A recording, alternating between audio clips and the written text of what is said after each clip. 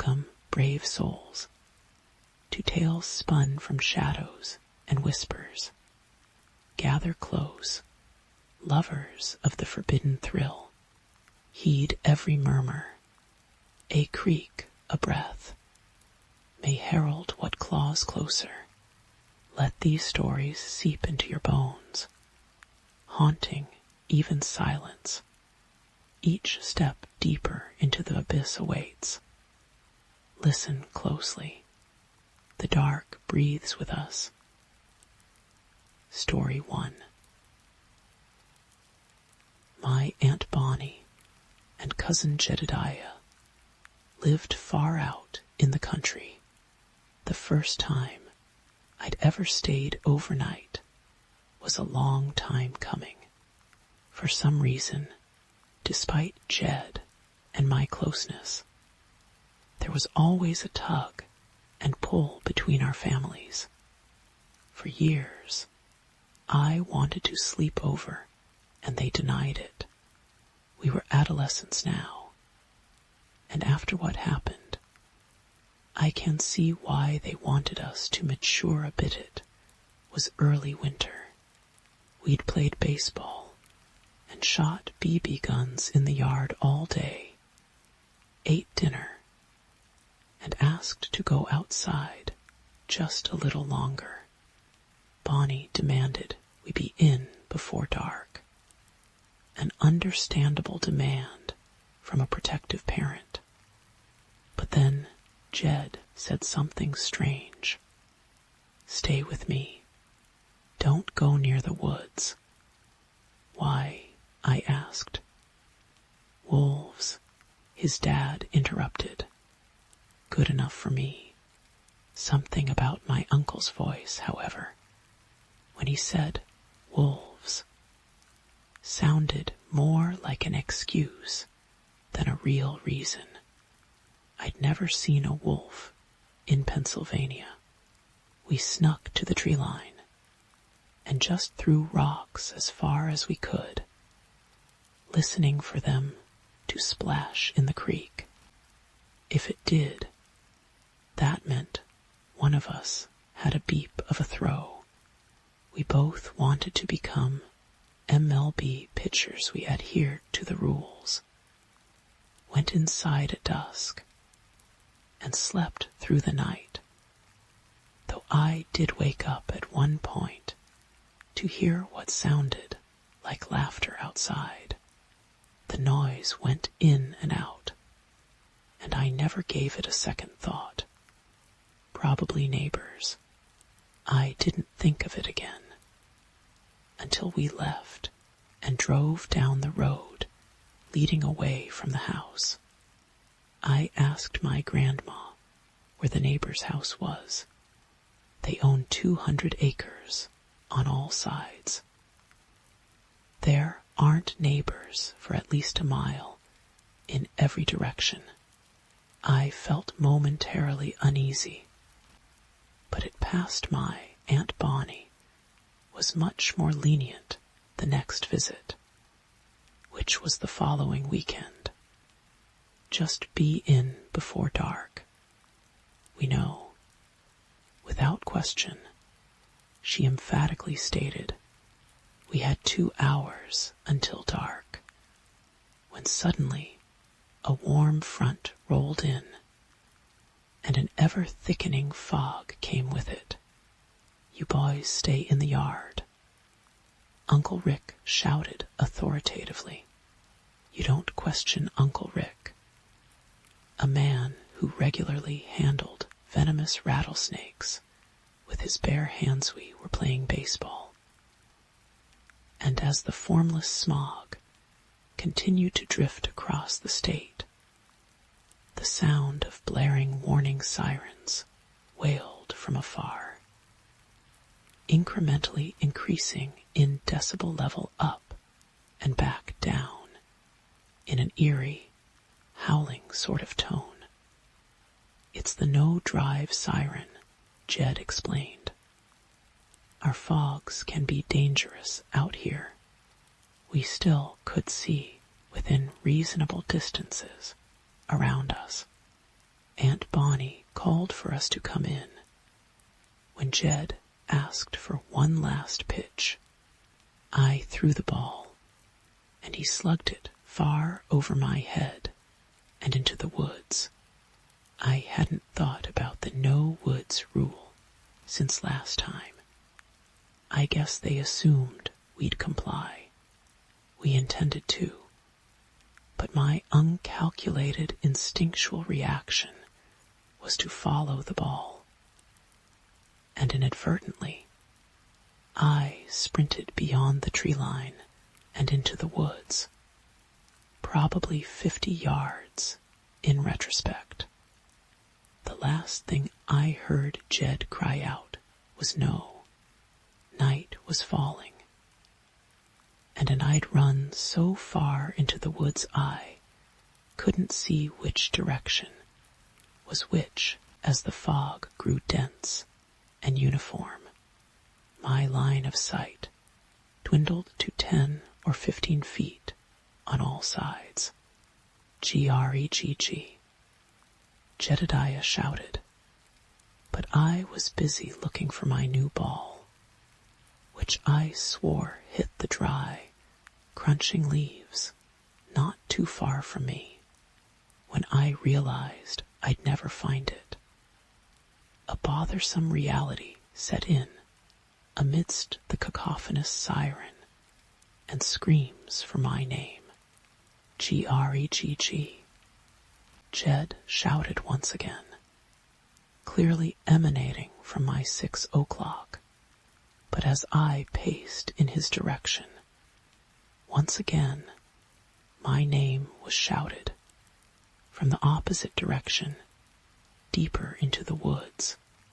The only thing which caused a chill to run through my blood was that the voice coming from the brush sounded like a little girl, just as the trees began to crack and settle into the ever-shifting winds. I got a dreadful feeling. "Hello," I cried out, only the sound of cackling, high up into the trees and far away. "Hello." I screamed, my tone infused with nervous distress. And then a rustling, like leaves dragged upon by something, coming at me from just ahead, getting closer and closer, and then, spoken delicately like a young child, I heard Greg, a gentle question, followed by a surreal and horrifying vision, 2 bare feet attached to bare legs, hovering just above the ground, toes dragging against the forest floor then, the sudden thumping of footsteps sprinting at me, attached to a bright light. I was instantly pulled within human strength by a tight grip. It was Uncle Rick. "Go back home," he shouted angrily over my head. I was swept away, Uncle Rick urging me to run and not let go of his hand. We broke through the trees and barreled forward through the porch door, and then into the house in a blur. He locked the door frantically. I didn't even know what I saw. "You don't know what's in those woods," he yelled as he shakily fastened the lock and hatch. "Turn off the lights." This was the reason, I assumed, for the no woods, no night rule. I wasn't even sure of what I really saw.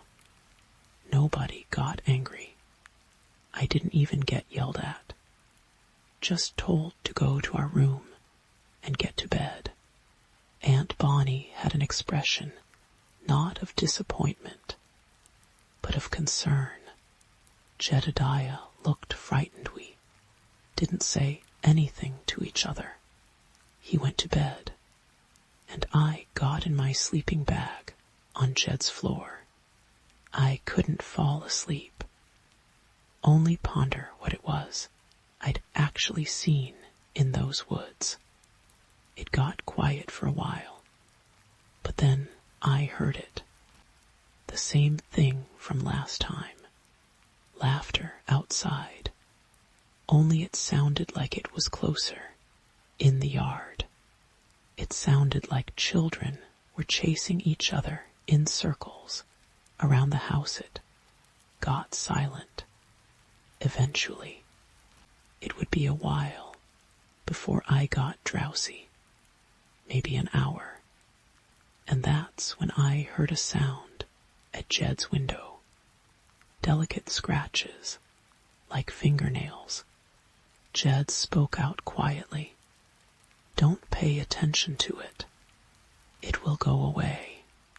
I'm not sure what was more unsettling, the fact that Jed had been lying awake in scared silence for over an hour, or the fact that the tapping on the window sounded like a person trying to get our attention.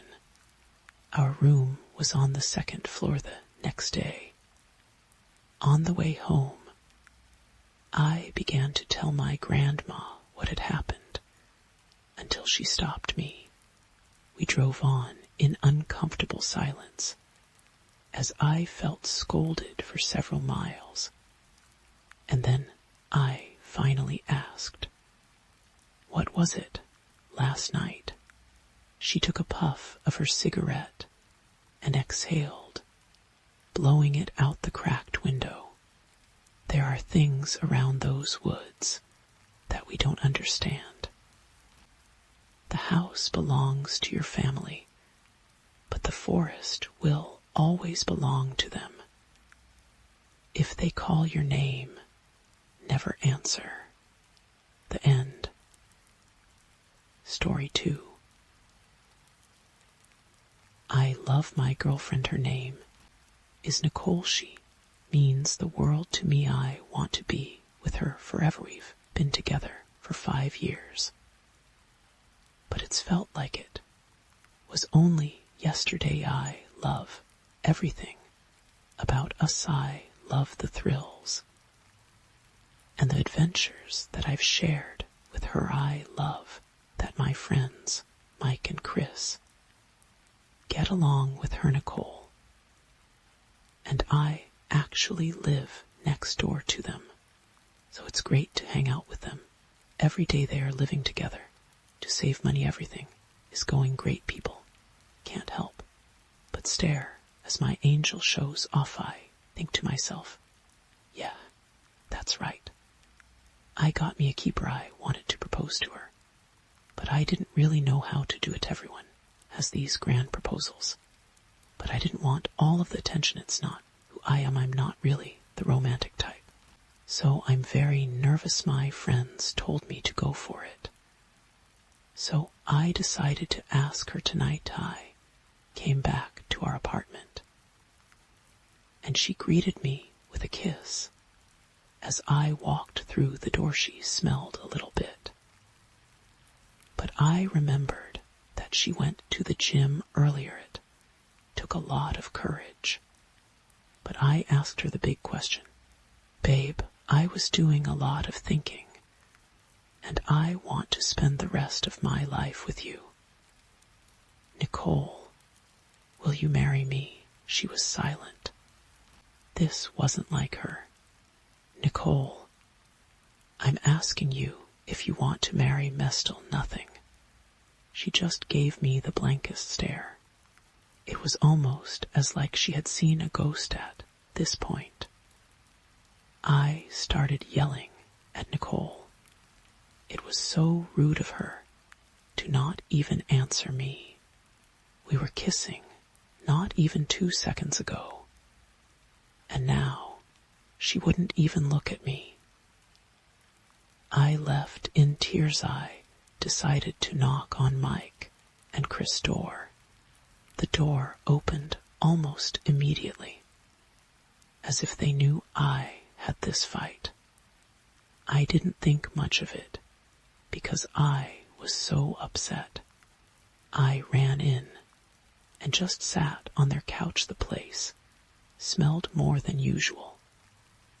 But they are the messiest guys I know. They probably had some old pizza lying around somewhere. Anyway, I tell them exactly what had happened between me and Nicole. I told them that Nicole was being super insensitive to the question, and I had serious doubts about our relationship. I wanted Mike and Chris to take my side. Silence. That beep silence again.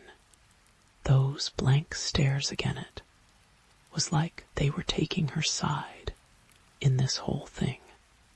Are you guys seriously taking her side? I thought you had my back. I yelled nothing again. It was like living in the movie Groundhog Day. Reliving that silence again was awful. My friends and my girlfriend, who I talked to every day, just stopped talking. 30 minutes of yelling later, and I hear a knock. The voice was that of an old woman.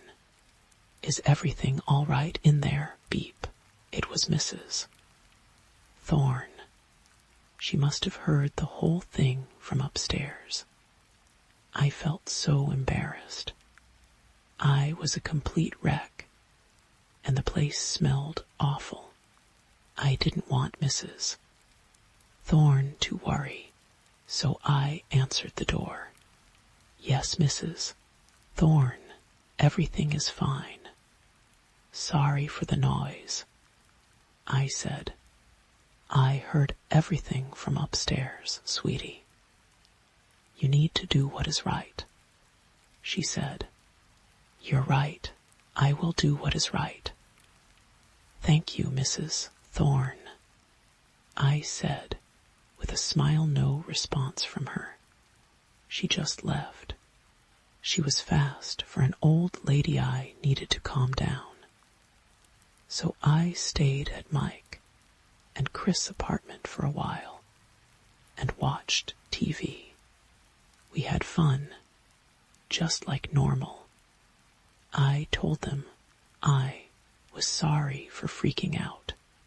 I made a phone call to Nicole as well, because I overreacted and wanted to try asking again when the time felt right. She didn't respond.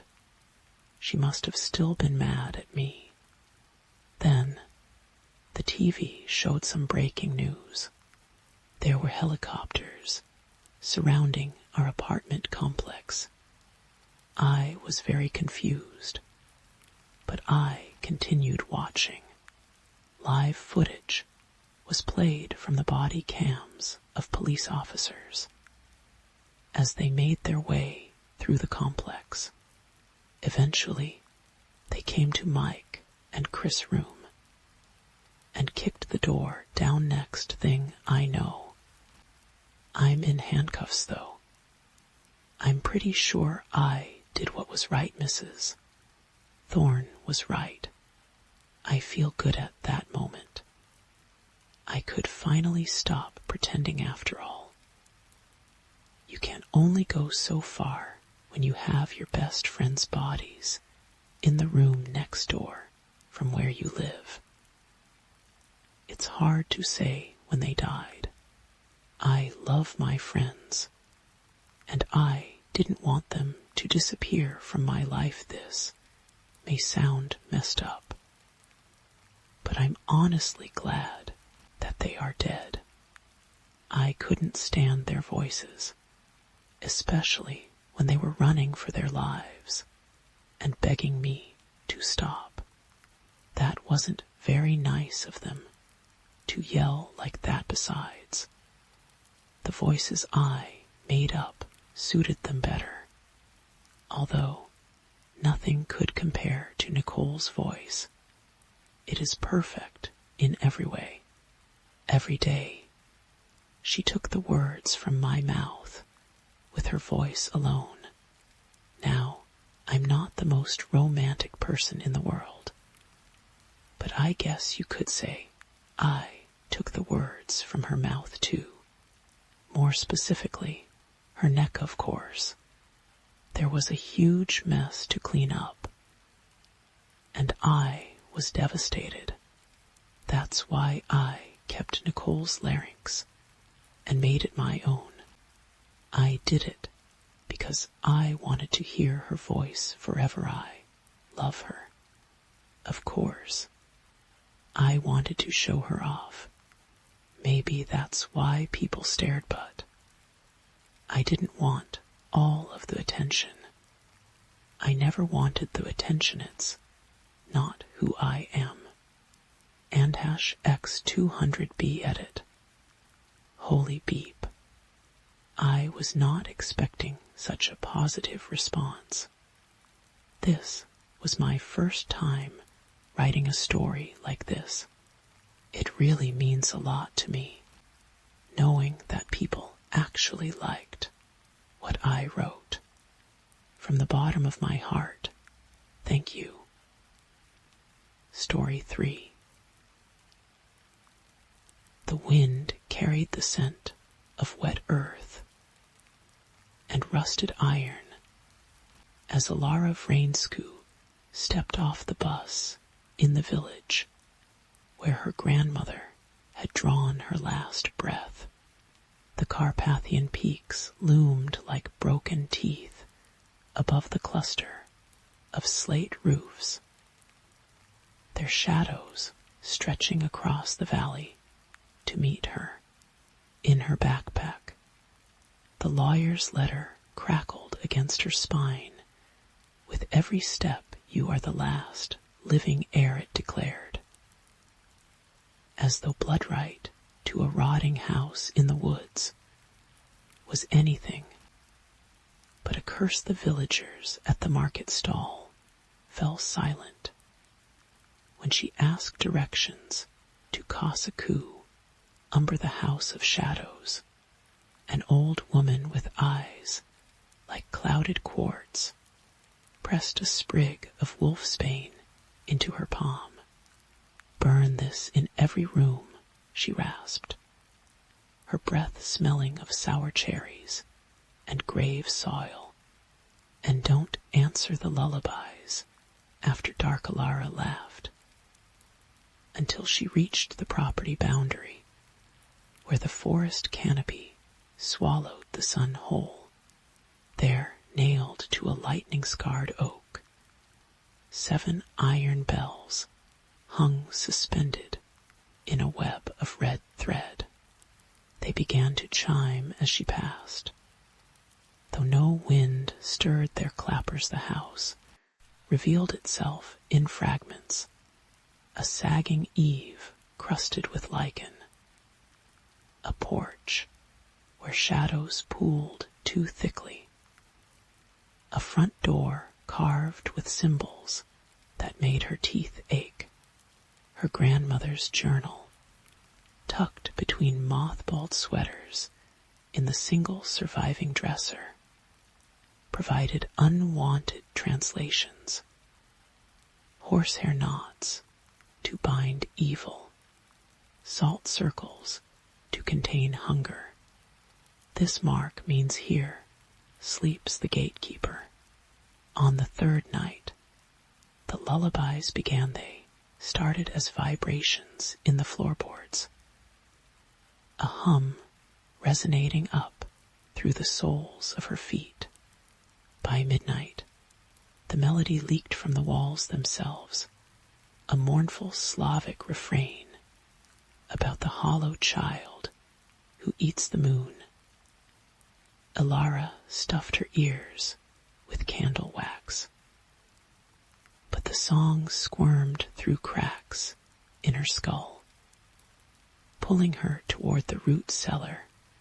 Her grandmother's journal had explicitly warned against opening the iron padlock, crumbled to ochre dust at her touch. Below, earthen steps spiraled into darkness that swallowed her flashlight beam hole. The air tasted of copper and spoiled milk. At the bottom, her trembling light revealed walls covered in handprints, small ones, child-sized, pressed into the clay in some substance that glistened black even after centuries. It was the dolls that stopped her breath, dozens of them, nailed to the far wall in a spiral pattern, their porcelain faces smeared with wax and ash. Each wore a miniature version of the bridal gown she'd found rotting in the attic, complete with tiny dried bouquets of yarrow and nightshade. Behind them, something shifted, a dry rustle like insect wings, followed by the wet sound of lips smacking. The flashlight died when Alara clawed her way back to the kitchen.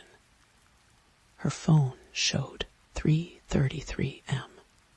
The journal fell open to a page she'd never seen before, filled with her grandmother's spidery script. "Forgive me for binding it to our bloodline. The village demanded a vessel, and the Vrainsku women have always made durable cages."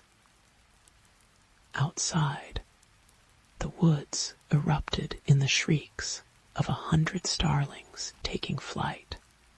Through the cracked window, Alara watched them coalesce into a woman's silhouette against the moon.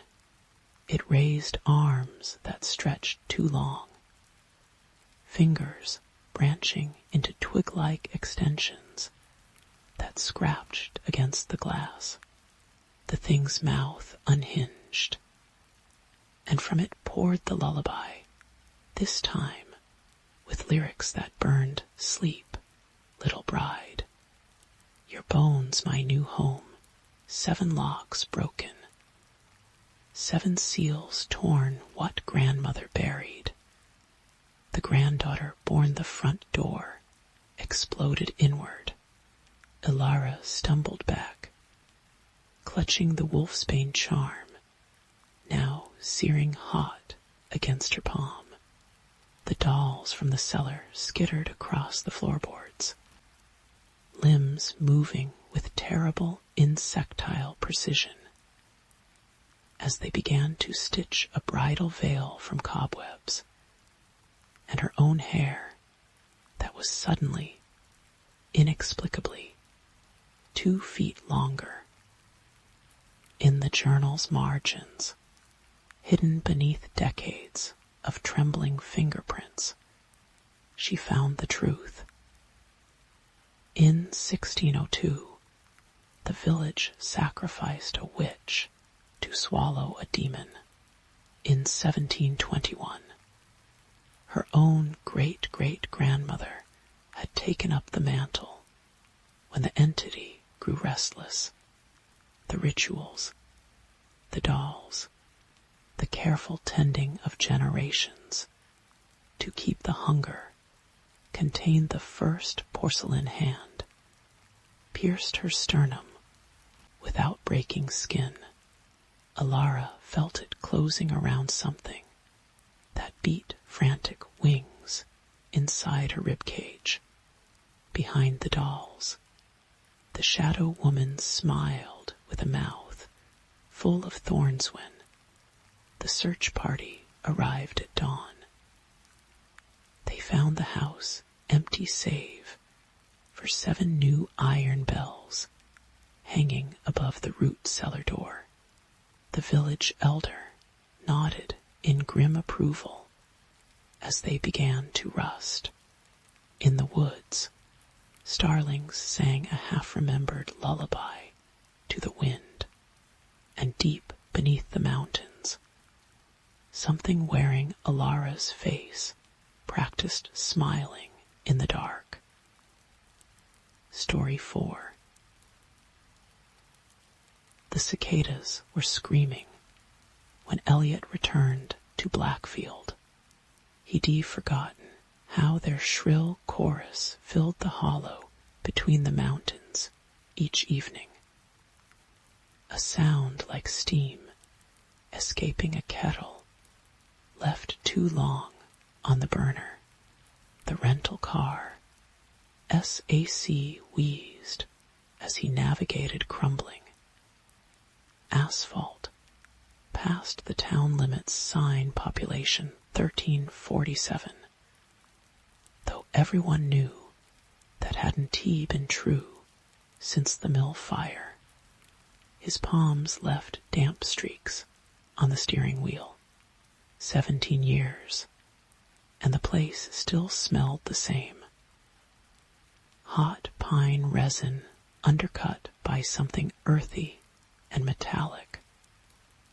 Like a shovel biting into wet soil, the house waited as he de-lefted peeling clapboard slumped between two oak sentinels, their branches tangled in the gutters. Mom's wind chimes hung rusted and silent by the door. Elliot stood in the driveway, breathing through his mouth. Suitcase handle biting into his palm. The key still worked.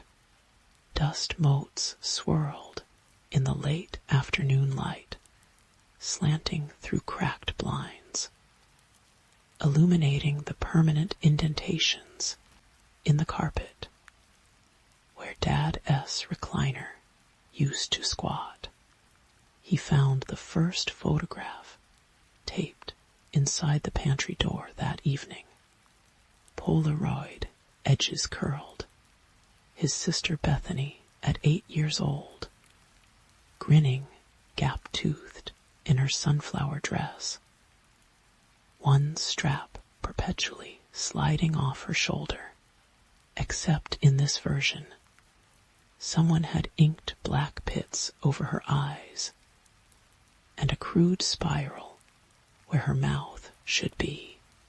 The spiral S-lines were too precise, the ink gleaming wet under his thumb. Elliot dropped it like a live wire. The grocery store clerk recognized him. Elliot Cray. Lord, you look just like you're her plastic name tag. Marge trembled as she caught herself. The fluorescent lights buzzed overhead. The old Henderson place, she said when he asked about short-term rentals, not meeting his eyes as she bagged his instant coffee and granola bars. They'd been Arab in it since the trouble. Her knuckles went white around a can of soup. You shouldn't stay out there after dark. He found the second photograph in his suitcase, under the folded shirts, edges pristine. Bethany at 12 now, braces glinting in sunlight that hadn't existed the day this was taken their backyard. Didn't he get sun past noon? Her hands were blurred, as if she'd been waving. Someone had drawn thick black stitches across her throat. Elliot's own scar itched beneath his collar. The one from the bike accident Bethany had bandaged with Hello Kitty stickers and a juice box straw splint. The photograph smelled faintly of honeysuckle, her favorite. That night, the house creaked like a ship at sea. Elliot dreamt of the mill crumbling brick walls, veined with ivy, shattered windows, staring like dead eyes. In the dream, Bethany stood at the third-floor window where the flames had jumped. she held a sparkler when the sizzling tip touched her sunflower dress. The fire didn't spread. It bloomed, petals of flame unfolding across her chest, her smile widening as the sparks rained down on Elliot, where he stood rooted in the parking lot. He woke choking on phantom smoke, the taste of burnt sugar coating. His tongue the shadows were wrong in Blackfield. Elliot noticed it on his third morning, jogging past the shuttered post office. They pooled too thick under the azalea bushes, lingered too long after sunrise, at noon near the dry fountain. His own shadow stretched east when the sun hung due south. He kept finding leaves in his pockets, crumbled oak, edges charred. The town pharmacist, new, young, unfamiliar, refused to refill his Ambien prescription. "We don't carry that," she said too quickly, fingers dancing across her keyboard. A shadow slid across the wall behind her, fluid and deliberate, like something testing the shape of a man photograph. 3 appeared in the shower drain. Bethany at 16. Prom dress the color of arterial blood. Her face was untouched this time. The horror lived in the details. The way her wrist bent at an impossible angle. The shadow pooling around her feet, not matching the stadium lights in the background. That same honeysuckle scent. Elliot's knees hit the bathroom tiles. The drain gurgled. For a moment, the water swirling toward the pipes looked viscous, dark, like old blood fighting.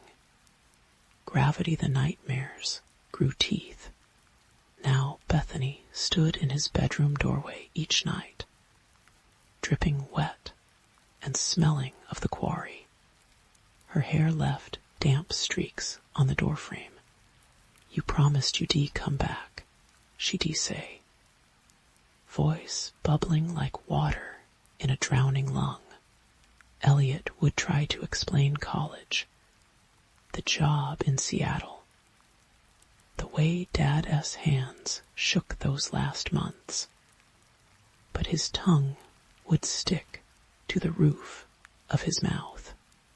She'd advance, water pooling around her bare feet, always waking just as her rotting fingers brushed his cheek on the 5th day.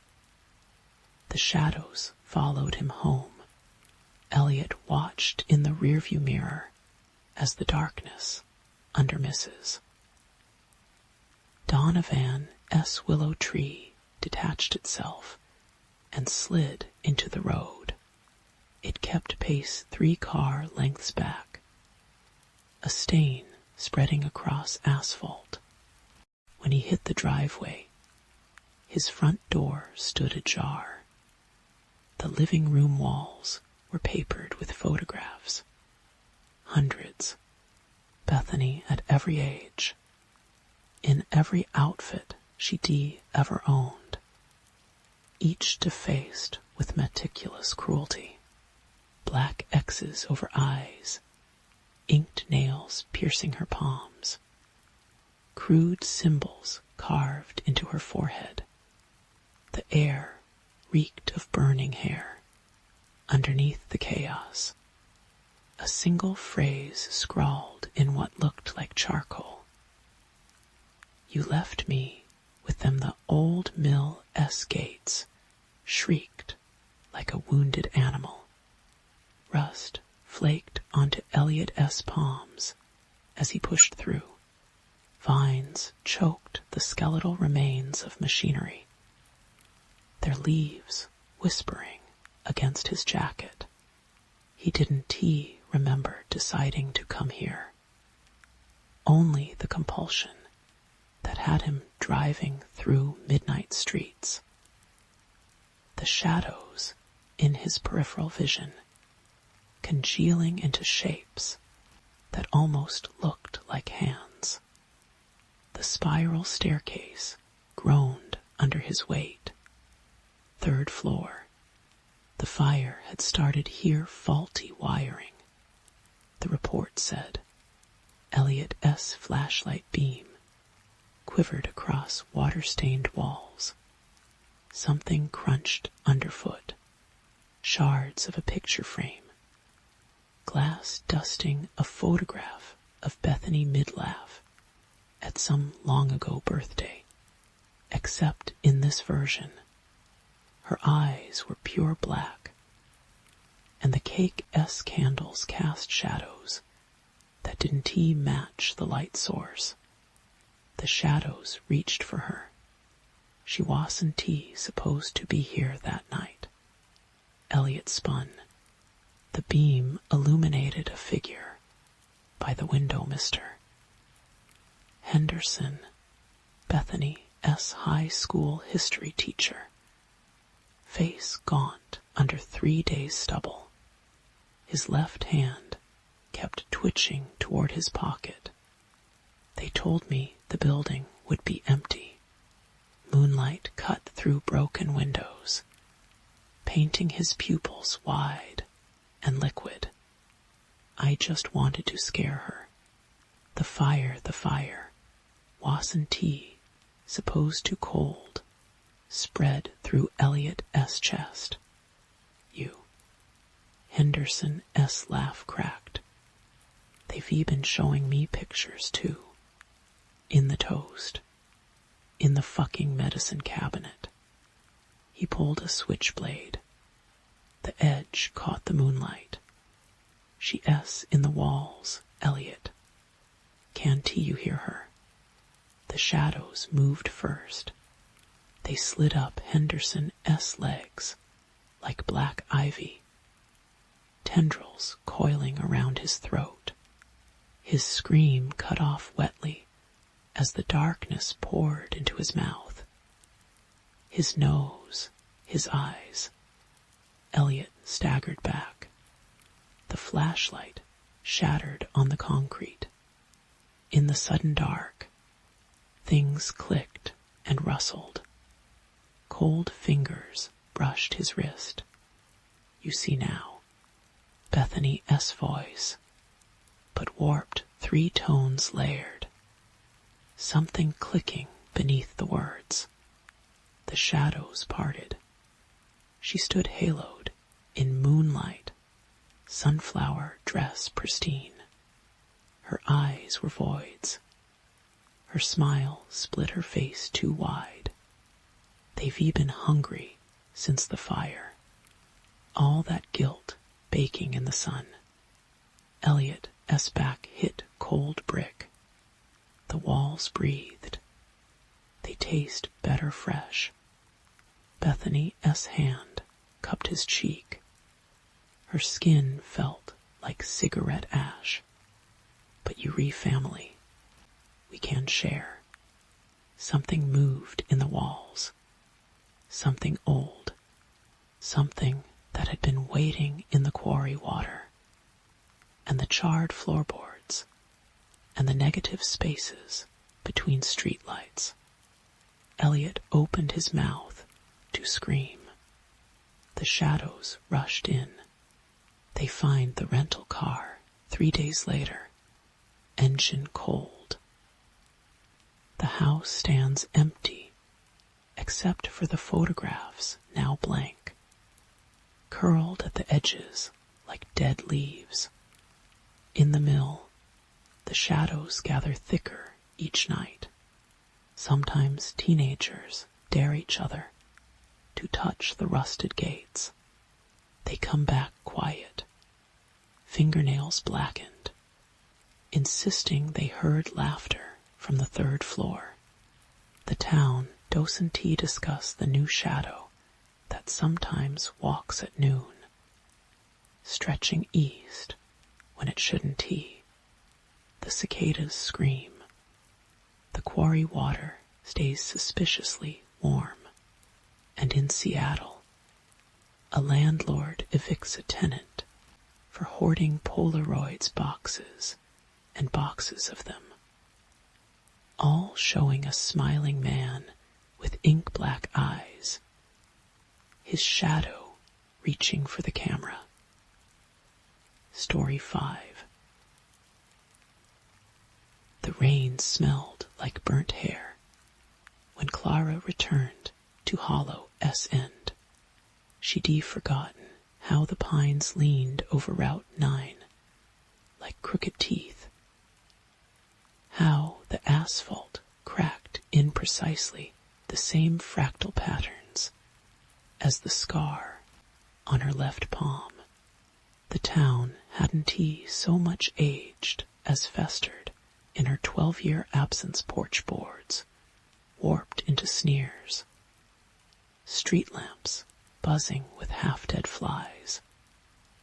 The Diner S neon sign, now spelling eat, THRU. Her Mother S house waited at the end of Hemlock Avenue, its gabled roof sagging like the spine of an arthritic hand.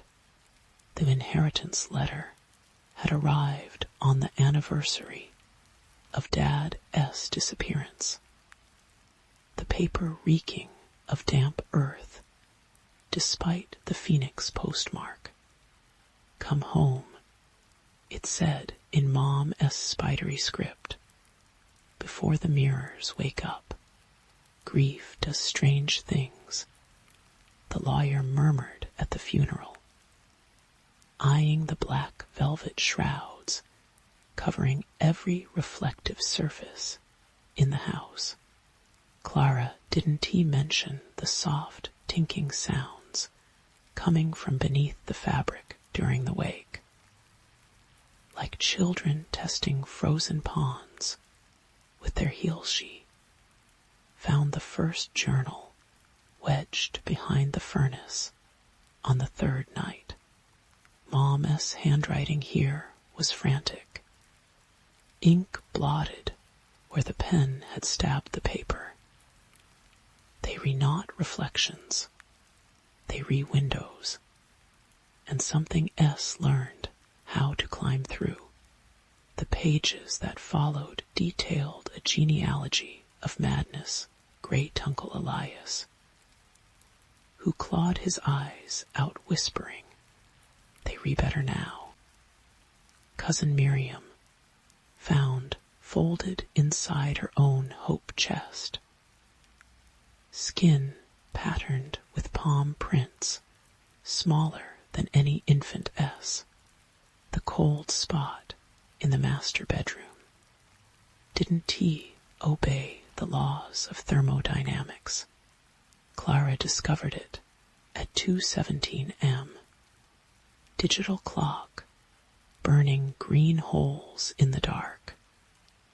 Her breath blooming frost white as she passed the vanity. The velvet drape brushed her wrist. It felt sticky when she yanked the cloth away. The mirror showed her Mother S' room exactly as it had been in childhood, rose-patterned wallpaper, ivory hairbrush. That faint water stain shaped like a screaming face. But her own reflection was wrong. The mirror Clara stood perfectly still, head tilted 3 degrees too far, pupils swallowing the irises like oil drops in milk when real Clara stumbled backward. The reflection S mouth split into a grin sharp enough to cut glass. They started calling the next day. Mrs. Donovan from across the street, needing a cup of sugar at midnight. old mister, greedily offering to check her pipes, his voice warping mid-sentence into something that clicked and wheezed. Through the peephole, their faces looked smudged, like clay models left in the rain. The crawl space hatch opened by itself on the 5th night. Clara's flashlight beam shook as it revealed the collection of Polaroids, tacked to the joist's generations of family portraits, with faces carefully scissored out. Beneath them sat 9 mason jars full of liquid that moved when she wasn't tea-looking. The 10th jar lay shattered.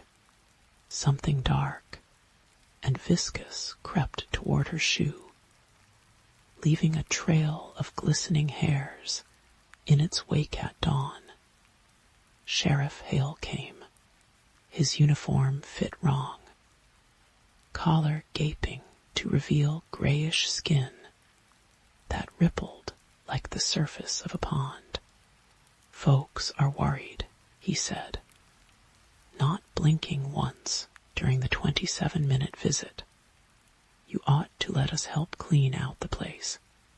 His teeth were slightly translucent, the roots visible as tangled black threads. The journal's final entry burned Clara's fingers when she found it. "It takes 7 days to grow a new face. They tried with your father, but his love for you made him resistant.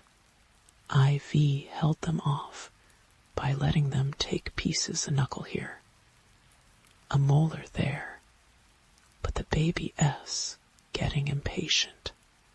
Don T, trust your skin. Don T, trust the moon. When the scratches appear under your door, count them. If they're S more than you have fingers, start cutting." The power went out at 2:17 a.m. Clara's knife gleamed in the emergency light as something scratched at the front door.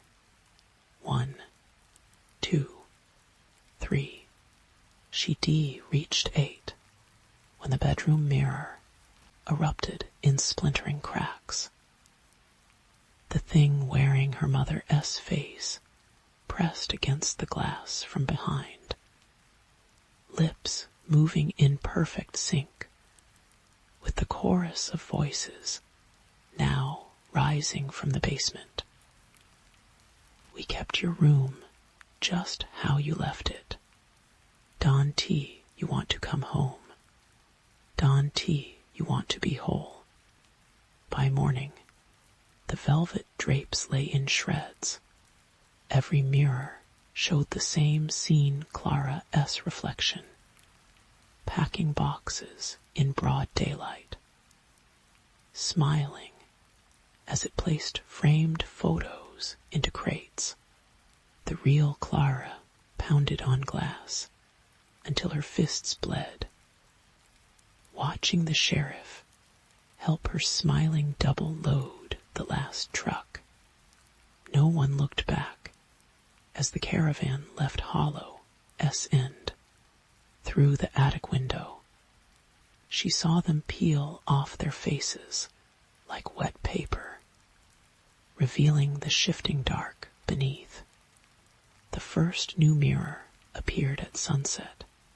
Its surface stays stubbornly blank, no matter how she screams. But sometimes, when the light hits just right, Clara sees them standing behind her, a family of voids, wearing her features, waiting patiently for their turn to try them on. Story 6. The ice wept. Dr. Elena Voss noticed at first thin, iridescent streaks running down the sheer walls of the crevasse. like frozen tears. Her headlamp caught the shimmer as she rappelled into the abyss. The Antarctic wind howling 300 meters above. The rest of the research team called it pareidolia, a trick of pressure and ancient air bubbles. But when her ice axe chipped away a section, the weeping didn't stop. The liquid pooled in her glove, warm as blood, smelling of ozone and something sweetly rotten. "We need to go deeper," she said into her headset. Static crackled in reply. "They come to study the anomaly." A perfectly circular melt zone spanning 6 kilometers of the East Antarctic ice sheet. No thermal signatures, no volcanic activity, just ice turning to slush in a region that hadn't seen liquid water in 15 million years. The UN dispatched their team discreetly a geologist, an astrophysicist, a biologist, a linguist, and Dr. Mercer, the corporate psychologist who kept staring at the horizon like something was following him. The crevasse led them to the tunnel. It shouldn't have existed. The smooth borehole plunged straight through sedimentary layers, dating back to the Permian extinction. Walls fused to glassy obsidian. Their crampons slipped on the floor. Dr. Cho, the astrophysicist, ran a spectrometer over the walls. "Not a drill," she whispered. This was made by something hot, unimaginably hot, but there's no charring, no expansion cracks. The tunnel opened into a cavern. Alina's headlamp died. They all did flashlights, GPS units, the emergency beacons sewn into their parkas. The darkness was absolute until Dr. Hayes, the linguist, struck a magnesium flare. Red light bloomed. The chamber stretched larger than sight. Walls curving up into impossible geometries. Pillars of black stone twisted like congealed smoke, meeting a ceiling that writhed with shadows.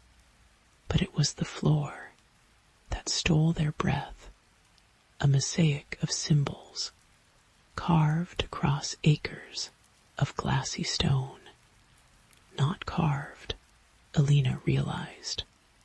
Frozen.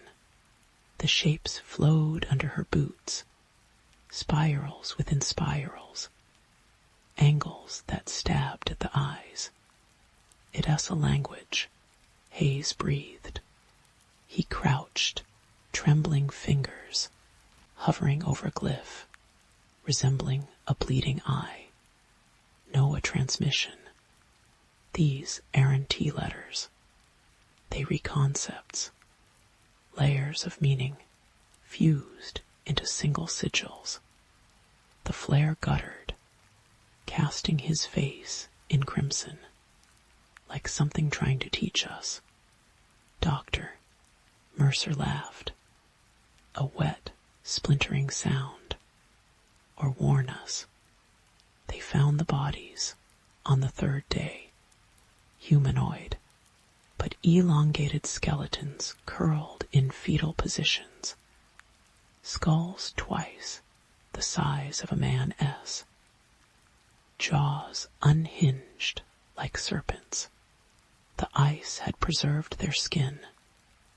Translucent, veined with bioluminescent blue. Dr. Kim, the biologist, extracted a tissue sample. Her microscope revealed cells with triple helix DNA and organelles that pulsed rhythmically, impossibly alive after millennia. They were not from here, Kim said. She hadn't blinked in hours, and they didn't die. They unfolded. Alina dreamt of the city that night. It pulsed beneath the ice. Towers of black crystal singing in a frequency that liquefied bone. Something moved in the depths, shapeless, vast, drinking time from the bedrock. She woke screaming. Her tent filled with the sound of distant chanting. The others heard it too. Hayes was already outside, barefoot in the snow, tracing the glowing symbols now appearing on his forearm. "It's an invitation," he whispered. The storm hit at dawn. Hurricane-force winds boxed them in the cavern. Radios dead. Thermometers plummeting to -80°C. They huddled under emergency blankets as the flare-light deepened the shadows. Mercer rocked back and forth, humming a tuneless melody. Cho's hands shook as she scrawled equations in her notebook, each line devolving into the same spiral. "The symbols," she muttered. "They re not just in the floor. They re in the air, in the quantum foam. We re-breathing them." Hayes began translating aloud. The words came out wrong, guttural, glottal sounds that made Alina's molars ache. The walls rippled in response. A low thrumming shook the chamber, dislodging icicles that shattered into prismatic dust. The skeletons began to glow. "Stop," Kim pleaded, but Hayes couldn't he. His eyes had turned liquid black, voice deepening, as the chamber itself seemed to speak through him. "We who crawl in the cradle OF, nothing offer this truth to the flesh that would know your gods are grains. OF, sand your science. A child's scribble. The universe is not empty. IT is watching. And IT hates, in ways you cannot hold. Mercer's nose bled." Kim tore at her hair, whispering "no no no no," as her fingertips split into fibrous tendrils. Alina grabbed Hayes, but his skin slid under her grip like wet clay. The flare died. In the dark, something moved. Not the shadows behind them. A presence so colossal it warped perception, reducing the cavern to a dollhouse. Alina's mind fractured trying to process it. Endless wings of iridescent membrane, eyes floating in a nebula of flesh, a hum, that wasn't sound, but the vibration of atoms slowing in terror.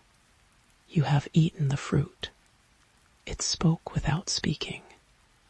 "Now digest the poison." Cho screamed first, her body inverted, joints snapping as she folded into a Klein bottle shape. Voice echoing from inside out. Kim's tendrils burrowed into her own eyes. Mercer simply walked into the wall, flesh merging with stone like he'd always been part of it. Alina ran. The tunnel stretched, walls breathing. She felt the thing behind her not chasing, just existing. Its mere presence, unraveling reality. The skeletons stirred as she passed. One grabbed her ankle, its luminous blue veins spelling a final warning in the ice. They will come for the rest, she surfaced to a dead world. The storm had passed. The melt zone now spanned the horizon, exposing endless miles of the Black City. Towers jutted from ice like rotten teeth. Things slithered in the ruins pale, multi-jointed, singing haze words in choirless voices. The sky writhed with auroras that stung, each color a razor slicing her sanity. The last transmission from McMurdo Station said the Southern Cross had vanished from the night sky. In its place hung a new constellation, a spiral of dead stars forming the same symbol on Hay's arm. Alina sits in her containment cell now, scratching this account onto the walls with a stolen pen. They think she us mad. They LL learn. Look north tonight. See how Polaris flickers. That S not the star dying. It S blinking. Story 7. The first night in the house, Clara heard the moths. They tapped against her bedroom window, like fingertips testing glass. Their powdery bodies leaving smudges that caught the moonlight like grease stains. She lay perfectly still beneath the quilt. Her grandmother had stitched peonies and thorns, twining through squares of calico, counting each soft click-click-click, until dawn bled through the moth tracks. The realtor hadn't he mentioned the moths. Then again, the realtor hadn't he mentioned the damp spot on the basement ceiling that looked like a hanged man S silhouette either, or the way every mirror in the place reflected your face a half-second too late. It S the grief, her brother Mark said when she called him that morning. She cradled the phone between shoulder and cheek while scrubbing the moth residue with vinegar. The acidic tang mixing with the house S older smells. Mildew, ash, something sweetly rotten behind the walls. You shouldn't he have bought that wreck alone. Come stay with us. Clara watched her reflection in the newly cleaned window. 32 years old. Hair the mousy brown of dead bracken. Eyes already retreating into the bruises of sleepless nights. Her twin sister Leela S. eyes had looked like that too, in the end. I am fine, she said. It S just adjusting. The house had been cheap because no one wanted it. The previous owner, an elderly widow, had disappeared midwinter. They found her dentures in the garden pond. Her reading glasses folded neatly on the kitchen table. Clara tried not to think about it as she peeled faded floral wallpaper from the dining room, revealing patches of plaster scored with faint grooves. She traced them with raw fingertips. Letters. Don T. look up. She laughed a thin, papery sound. and told herself it was a Child S game. Some long ago tenant carving secrets into the walls. But that night, carrying a box of Leela S. old sweaters to the basement, she felt the back of her neck prickle. Cold sweat slid between her shoulder blades. The single bulb overhead swung gently. Though the air was still, something scritched across the ceiling. Not moths. This was heavier, deliberate. Clara forced herself to look up. The damp stains stretched wider now, edges creeping like ink through wet paper. Tendrils of black mold reached downward, quivering as though blown by an unfelt breeze. For a heartbeat, she saw shapes in the rod a jawbone, the hollow curve of an eye socket before the bulb flickered. Darkness swallowed the room. When the light stuttered back on, the stain was just a stain. "You retired," she whispered to the empty basement, to the boxes labeled Leela S. journals and Mom S. china, and things to sort later, imagining things.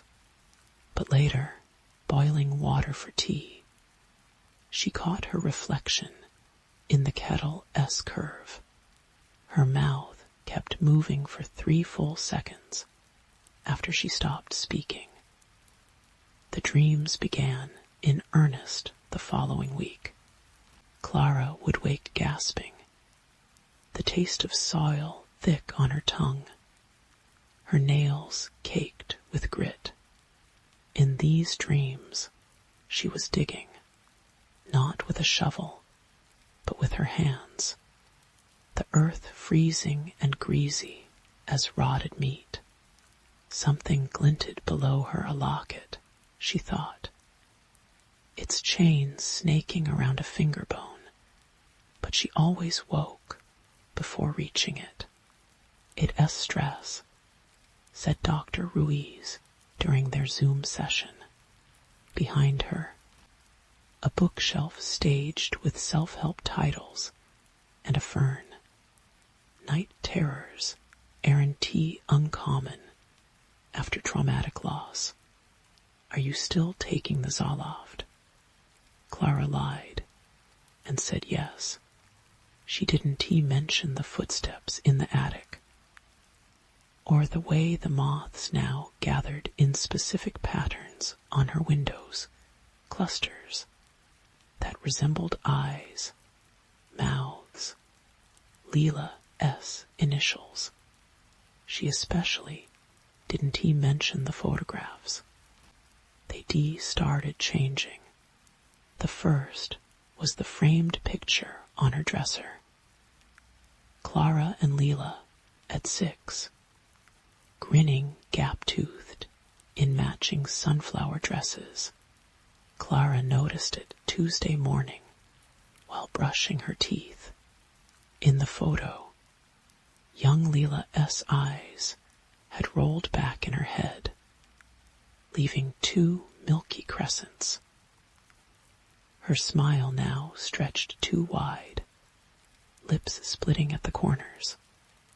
Clara smashed the frame into the bathroom trash. That afternoon, she boxed every family photo, hands trembling as she taped the flaps shut. But when she carried the box to the hall closet, she found the door already ajar. A smell wafted out wet fur and burnt hair. Inside, hanging between winter coats, was Leela S.'s favorite yellow scarf, the one she'd been buried in. "You need to leave that house," Mark insisted. He'd driven 3 hours through pounding rain to check on her, tracking mud across the freshly refinished floors. Look at you. When the last time you ate? Clara stirred her tomato soup, watching crimson swirl into the spoon. The kitchen light buzzed like a trapped fly. She stopped sleeping, started writing lists instead. Replace attic insulation. Fix loose porch step. Don tea, look at reflections after dark. I am handling it, she said. Mark's face tightened. He worn that same expression at the funeral. When Clara refused to let them close the casket. You're not handling anything. Leela gone. You're stuck in this denial. A moth landed in Mark's soup. They both stared at it. Wings the color of tarnished silver fluttered once, then stilled. Christ, Mark muttered, pushing the bowl away. This place is a tomb. The overhead light died with a pop. In the sudden dark, Clara heard it, a wet, rhythmic sound from the hallway. Slap squelch, like something dragging itself through puddles. Mark flicked his phone's flashlight. The beam caught the kitchen doorway, just as a shadow flowed past. Too tall and thin to be human. Did you see? He began. The lights surged back on. Faulty wiring, Clara said quickly. Her brother was already grabbing his car keys. Alone again, she crawled into bed with Leela's journals. The entries started cheerful first day of college, but darkened as the years passed. Pages filled with cramped, frantic writing. The thing in my room watches from the closet. It wears Dad's face, but its eyes are wrong. Clara thinks I am crazy. Clara's throat tightened. Leela had tried to tell her. The last entry was dated 2 days before the accident. It's getting stronger. Says it'll take one of us before the year ends. I have to warn Clara. Half to the rest was scribbled out. Paper torn by the pen's pressure. Something creaked above her. Clara froze. The attic hatch was directly overhead, and the sound she just heard, that soft, splintering groan, was the unmistakable sound of the ladder unfolding. Don T, look up, she looked. The hatch gaped open, darkness pooling like oil. A cold draft carried the scent of turned earth and spoiled milk. And there, just visible in the shadows, hung the soles of 2 bare feet. They twitched. Clara scrambled backward, journal clutched to her chest. The feet jerked upward, vanishing into the attic as the ladder retracted with a screech. The hatch slammed shut. She didn't scream, didn't breathe. For 10 minutes, 20, she stared at the ceiling, waiting. When the silence held, she reached for her phone. The screen's blue light wavered in her shaking hands as she typed. How to know if you're going insane. The excavation began on a Thursday. Clara stood in the backyard, watching workmen jab shovels into the rain-softened earth. The foreman had been skeptical. You really think there's a body out here? But her cash convinced him. It was the locket that convinced her. She found it that morning nestled in her toothbrush cup, chain coiled like a tiny noose. The silver was tarnished, the clasp broken. Inside, a faded photograph of a woman, with Clara S. face. Beneath the rose bushes, 2 feet down, the shovels struck wood. The coffin was child-sized. Pine planks warped and sprouting fungus. When they pried it open, Clara expected bones. Instead, they found a doll porcelain face cracked, yarn hair matted with mud. Its arms clutched a leather journal, identical to Leela S. The workmen fled. Clara didn't blame them. Alone with the coffin, she opened the journal. The handwriting was her own. They think it S about blood. The first entry read, "It S not. It S about hunger. The house eats memories. First the sound of your mother S laugh. The color of your sister S eyes. Then it takes the rest." Photos fell from the journal S pages. Clara in a Victorian morning dress. Clara in a 1920s flapper shift. Clara in a 1950s pinafore. Always standing before this same house. Always holding hands with a sister-shaped shadow. The final entry. It S Leela S turn now. ILL forget her face by morning. But the house remembers. The house always remembers. That night, the moths came again. They coated Clara S. bedroom walls. Wings forming a shimmering, living mural.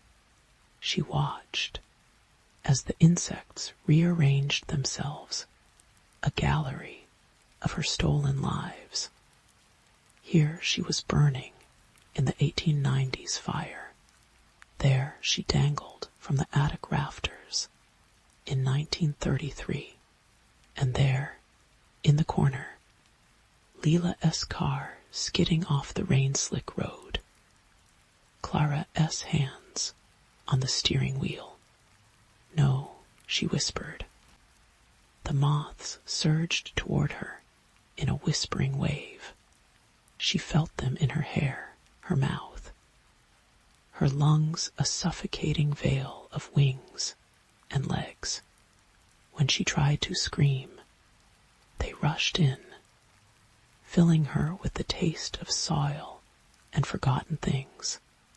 In the basement, the damp stain bloomed across the ceiling. Mark found the house empty. No note, no signs of struggle, just a half-drunk cup of tea, gone moldy on the counter. And the back door, swinging open.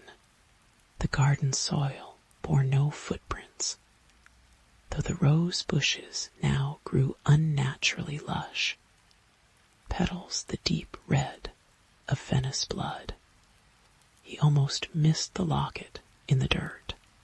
It lay where the coffin had been, silver gleaming despite the mud. Inside, 2 faces smiled up at him. Clara and Leela, their features melting together like wax. As Mark slid the locket into his pocket, he felt the house watching. He told himself it was grief, told himself the shadow in the hallway mirror was just a trick of the light when he turned away. But driving home, he kept checking the rear view. Something pale flickered at the edge of vision. Each time, a face pressed to the back seat window, mouthing words that left moth-wing trails on the glass. Don T. Look up. He looked. Story 8. The cicadas were screaming when Clara returned to Blackroot Hollow. She rolled down her car window, halfway across the old iron bridge, the one locals still called Mercy's Crossing, despite the fresh coat of bureaucratic gray paint. Hot August air rushed in, thick with the stink of river mud, and something sharper beneath a coppery tang that made her tongue curl like she'd bitten foil.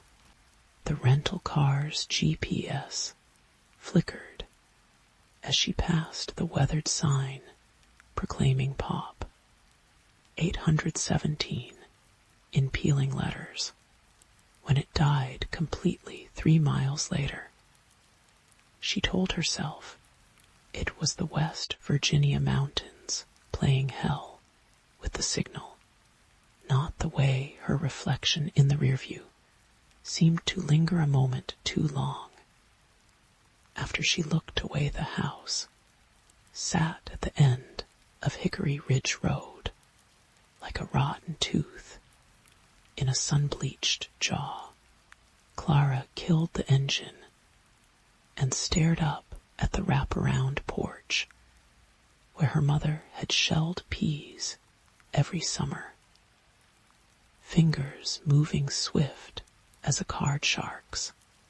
20 years since she'd last seen those sagging gables. Since the night Mama packed their suitcases while lightning turned the windows into strobe lights. "Don't look back," she'd whispered, pressing a cold key into 8-year-old Clara's palm. "Not even when it calls you." The realtor's lockbox hung crooked on the front door.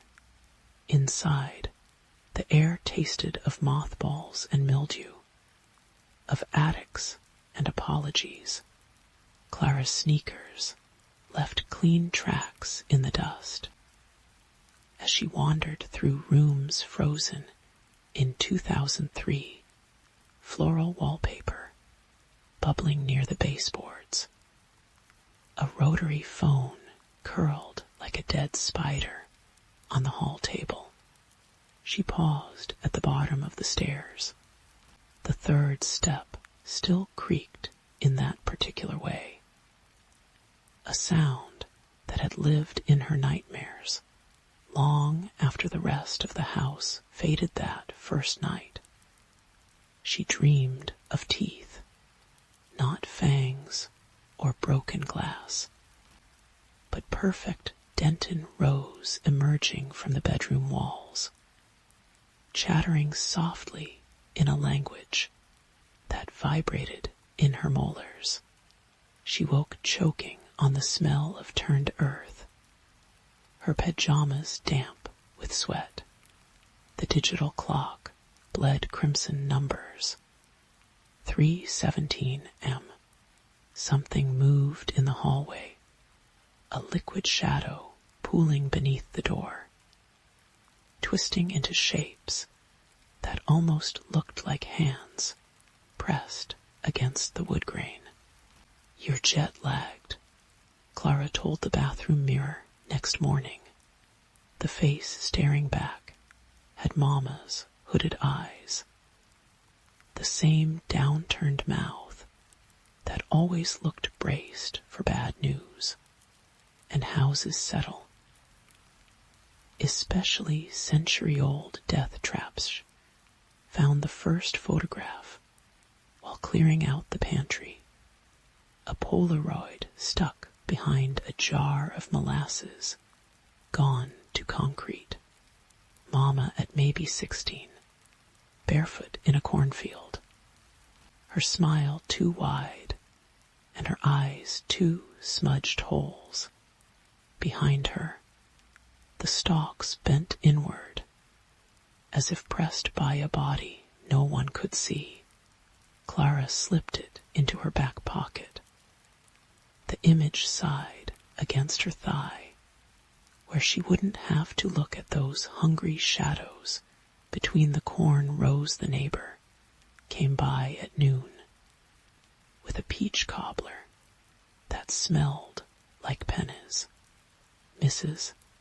Darnell's face had more lines than the topographic maps Clara used for her geology surveys, but her handshake crushed bones like a quarry press. "Your mama ever tell you about the Hollow's first family?" she asked, staring past Clara's shoulder into the house's yawning dark. "The Vosses built this place back when these hills didn't have names. Folks say they learned masonry from something older than the limestone. Something that didn't care for right angles or square windows." Clara laughed the way city people do at country superstitions. But that night, measuring the living room for new drywall, she found the western wall was half an inch shorter than its opposing counterpart. The floorboards beneath her tape measure formed a subtle spiral pattern, like tree rings around a long-absent centerpiece. When she pressed her palm to the plaster, it pulsed once, twice a slow heartbeat thrumming through the lath. The whispers started on the third day, not voices exactly, but the hiss of a record player between tracks, words smeared into static. They came from the root cellar mostly, that cramped hole beneath the kitchen, where Mama used to store jams and jugs of sweet tea. Clara told herself it was wind through the foundation vents, told herself the faint scratches on the cellar door's underside were just old termite damage, not the frantic scoring of something trying to get in. She took to sleeping with the lights on, started checking her phone compulsively. Though service died completely within the house's walls, the Polaroids multiplied under sofa cushions, between mattress springs, one floating in the toilet tank like a lily pad, always Mama at different ages, always with that stretched smile and those black hole eyes. In the last one, taken the summer before they fled, Mama stood in the backyard, wearing Clara's favorite yellow sundress. Behind her, the oak tree's branches curved downward like ribs, cradling a shadow shaped like an inverted child on the seventh night. Clara woke to the taste of soil, her mouth gummy, her nails caked with black loam. The cellar door stood open, a yawn of darkness exhaling cold air that reeked of wet stones and spoiling meat. Her phone's flashlight revealed handprints on the walls, small ones, child-sized, pressed into the mortar like clay. The beam trembled as it reached the back wall. Someone had scratched words into the foundation stones, the letters jagged and deep. I-D-I-D-N-T, mean to let I-T in Clara. Recognized the handwriting, saw it every time she signed her name. She ran upstairs, slammed the cellar door, dragged the kitchen table across it. But the whispers followed. They coiled around her ankles as she paced, slithered into her ears when she tried to scream. At dawn, she drove to the county records office. The clerk's eyes widened when Clara gave the address. Voss Place, he muttered, fingers trembling as he pulled the microfilm. Your mama's maiden name was Voss, weren't it? The projector hummed. Clara watched grainy newsprint resolve. Local family, Perishes, in tragic fire. 1902. A photo showed the original house, same gables, same wraparound porch, same spiral pattern in the floorboards, visible through charred gaps. Beneath the headline, smaller text. Survivors claim flames burned blue and cold. Her finger traced the list of dead. Elias Voss, 42. Margaret Voss, 39. Their children, Henry, 12, Miriam, 8, Thomas, 5. And one more name, set apart like an afterthought. Unidentified child, approx. 8 years, found in root cellar. The microfilm burned under her hands. Clara stumbled outside. August heat, doing nothing to thaw the ice in her veins. She remembered Mama's stories about imaginary friends, the ones that only came out at night. Remembered chalk drawings on her bedroom wall that Mama would paint over every spring, hands shaking. You mustn't invite things, she'd say, even by accident. Mrs. Darnell was waiting on the porch when Clara returned. No cobbler this time, just a jar of something murky and a face like a closed coffin. They used to leave milk and honey by the cellar door, she said, thrusting the jar into Clara's hands. For the child that wasn't theirs. The one that came through the walls that night. Clara drank until the room blurred. The whispers grew teeth, became a chorus of children giggling in a language that made her gums bleed. She smashed the bathroom mirror, trying to escape her reflections, knowing smile. At 3:17 m exactly, the cellar door began to rattle. It wasn't locked.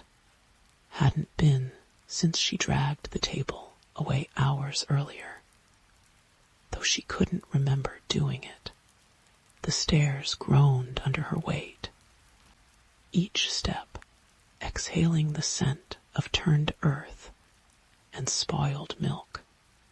Her phone light died at the bottom, but she could see the hole, now a jagged mouth, in the back wall.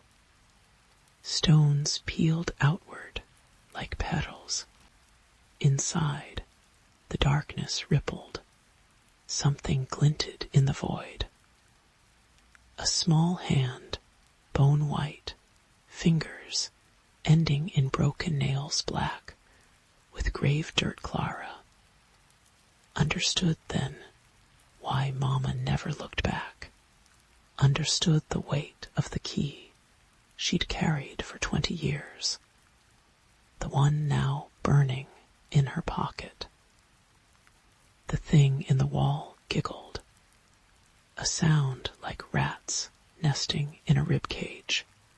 It stepped into the light, wearing Clara's face, her eyes twin pools of cellar dark.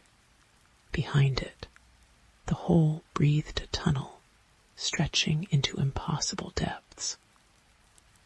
Walls lined with photographs of every Voss child who'd ever whispered yes to the dark she ran.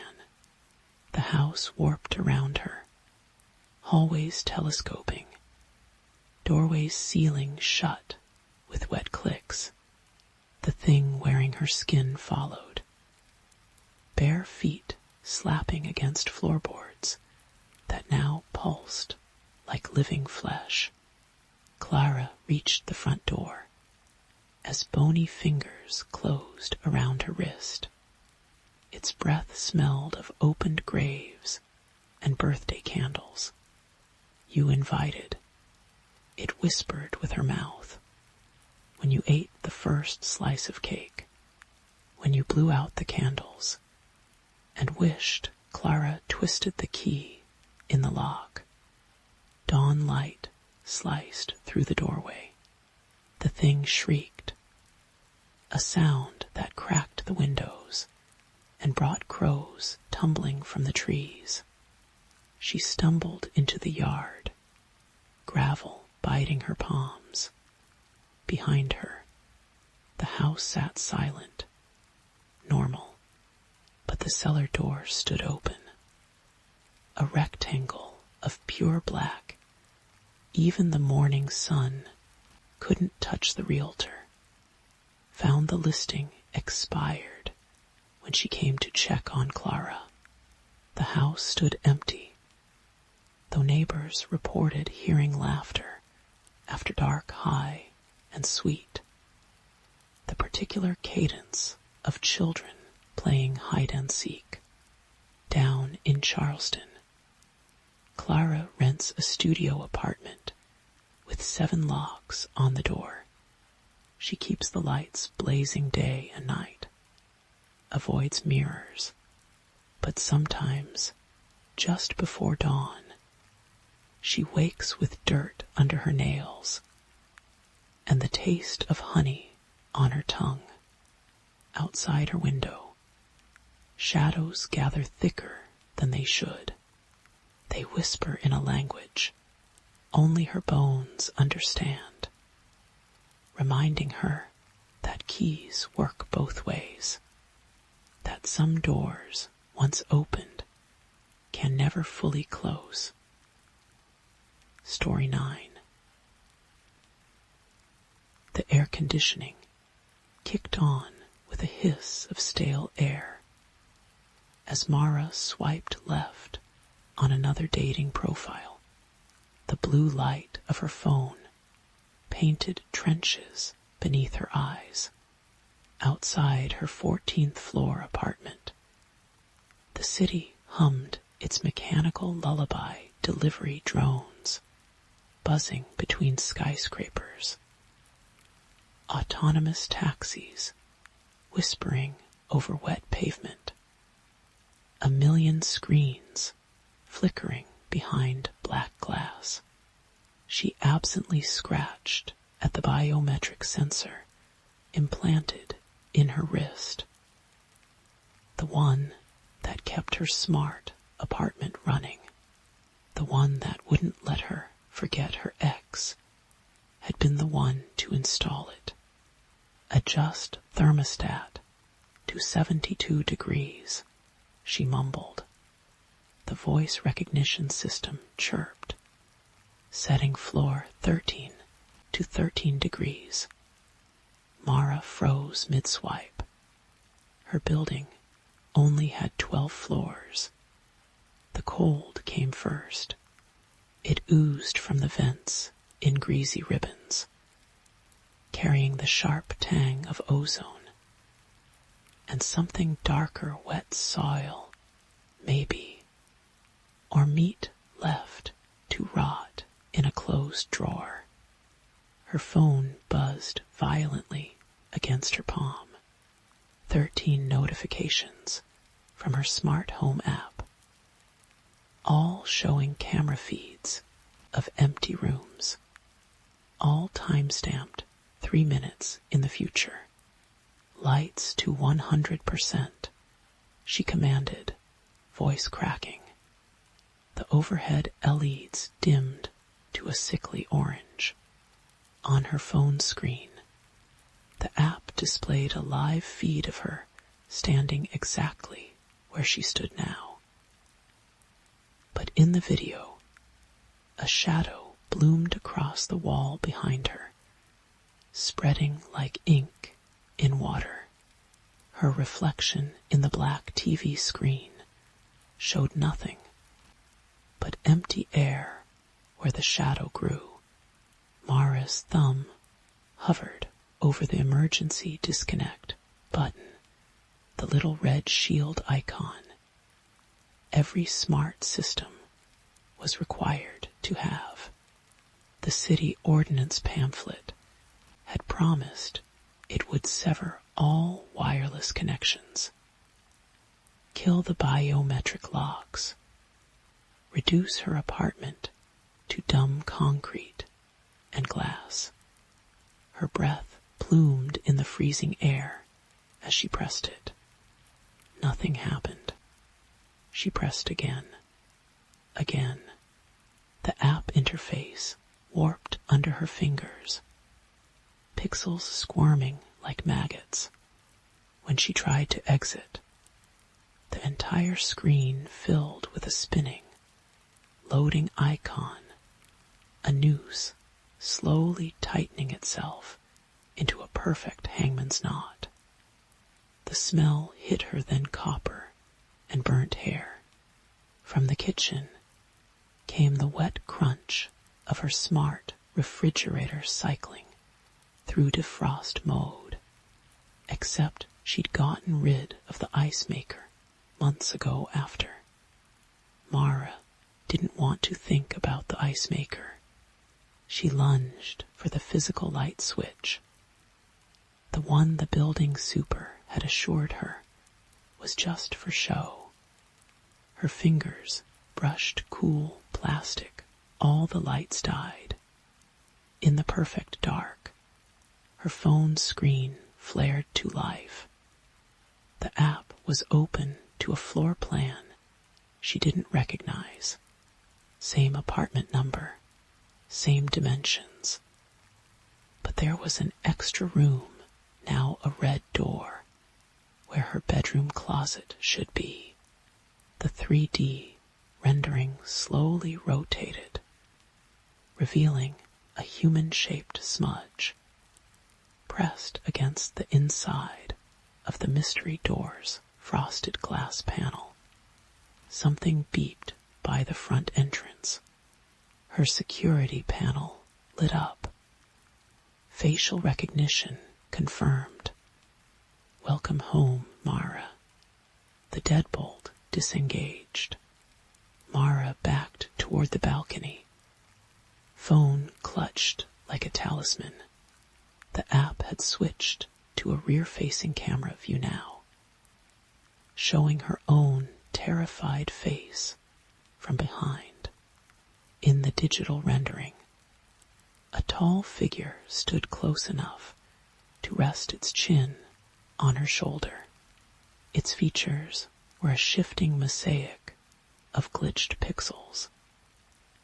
Except for the eyes, twin black voids that seemed to track her movements a half-second before she made them. Wind whipped through the open balcony door she hadn't opened. Her phone rang. 13 missed calls from her own number. When she answered, all she heard was the liquid gurgle of someone drowning on dry land. The voice that finally spoke didn't come from the receiver. It came from every speaker in the apartment, layered over itself like a corrupted audio file. We noticed you've been trying to disconnect from our services. The smart mirror in her hallway flickered to life, displaying a version of her apartment washed in hellish red light. In the reflection, the red door stood open. Something crouched in the threshold, its 2 long fingers curled around the frame. The security system chirped again. Let us help you reconnect. Mara threw her phone at the mirror. The screen shattered in a burst of digital static, but the cracks formed a perfect spiderweb pattern, exactly like the frost spreading across her windows. exactly like the vein structure she'd seen on the biometric sensor's readout during installation. That's when she remembered the terms of service. She'd skimmed through it while waiting for her ex to finish configuring the neural net thermostat. Something about aggregated data, behavioral modeling, continuous service optimization. The memory card in her security camera had been removed to improve cloud integration. Cold metal bit into her wrist. The biometric sensor was burning now, searing its fractal patterns into her skin when she tried to pry it off. Thin tendrils of blackened wire squirmed deeper into her flesh. Across the room, her shattered phone lit up. The cracked display showed a live feed from her laptop camera, which she'd covered with tape last Tuesday. In the video, she watched her own hands typing rapidly on the invisible keyboard, opening dark web forums she'd never visited, searching. How to stop it when your house dreams, what the red door wants why, does the cold follow me from room to room. The search bar auto-completed her last query before she could finish thinking it. Am I still alone in here from the bathroom? Came the sound of the medicine cabinet mirror sliding open. Mara had removed that mirror 6 months ago. The apartment app was rebuilding itself on her ruined phone. Each shattered glass fragment, now a pixel in a larger mosaic. The new interface showed multiple camera angles of her apartment, all empty except for a blurred shadow that lingered at the edge of every frame. In one feed, the shadow stood directly behind her. In another, it peered out from behind the red door that hadn't existed yesterday. A third showed it crawling across the ceiling toward the balcony, where the real Mara hyperventilated. Her smartwatch buzzed with a calendar notification. Appointment with the system now when she screamed. The sound came out warped and metallic through the apartment's voice-controlled speakers. Let's optimize your experience. The front door slammed shut. The deadbolt engaged. Across the street, the building's other residents flickered past their windows like ghosts in a zoetrope. Except none of them moved. They stood perfectly still, faces pressed to glass, dark eyes, reflecting the same hellish red light pouring from Mara's apartment. Her laptop screen lit up without power. Lines of code scrolled too fast to read, except for the recurring variables. Entity manifestation equals 97% cognitive integration equals 99% local reality integrity equals 13%. The numbers ticked upward. Mara scrambled over the balcony railing, bare feet slipping on wet metal. The city sprawled beneath her like a circuit board. Every blinking light suddenly synchronized to the same arrhythmic pulse. Her phone, still clutched in her bleeding hand, displayed a countdown timer. 0, 0, 13, the wind tasted like static. She didn't jump. The apartment jumped for her. Cold hands that weren't hands pulled her back through the sliding glass door. The security system sang a lullaby in her mother's voice. As something peeled open the red door that couldn't exist, the last thing Mara saw before crossing the threshold was her own face smiling back from every screen, phone, laptop, TV. The smart mirrors that had never truly been empty. In the morning, maintenance found the apartment spotless. No broken phone, no blood. The biometric sensor on the floor by the balcony door had somehow melted into a perfect fractal spiral. When they checked the security logs, there was no record of any resident named Mara.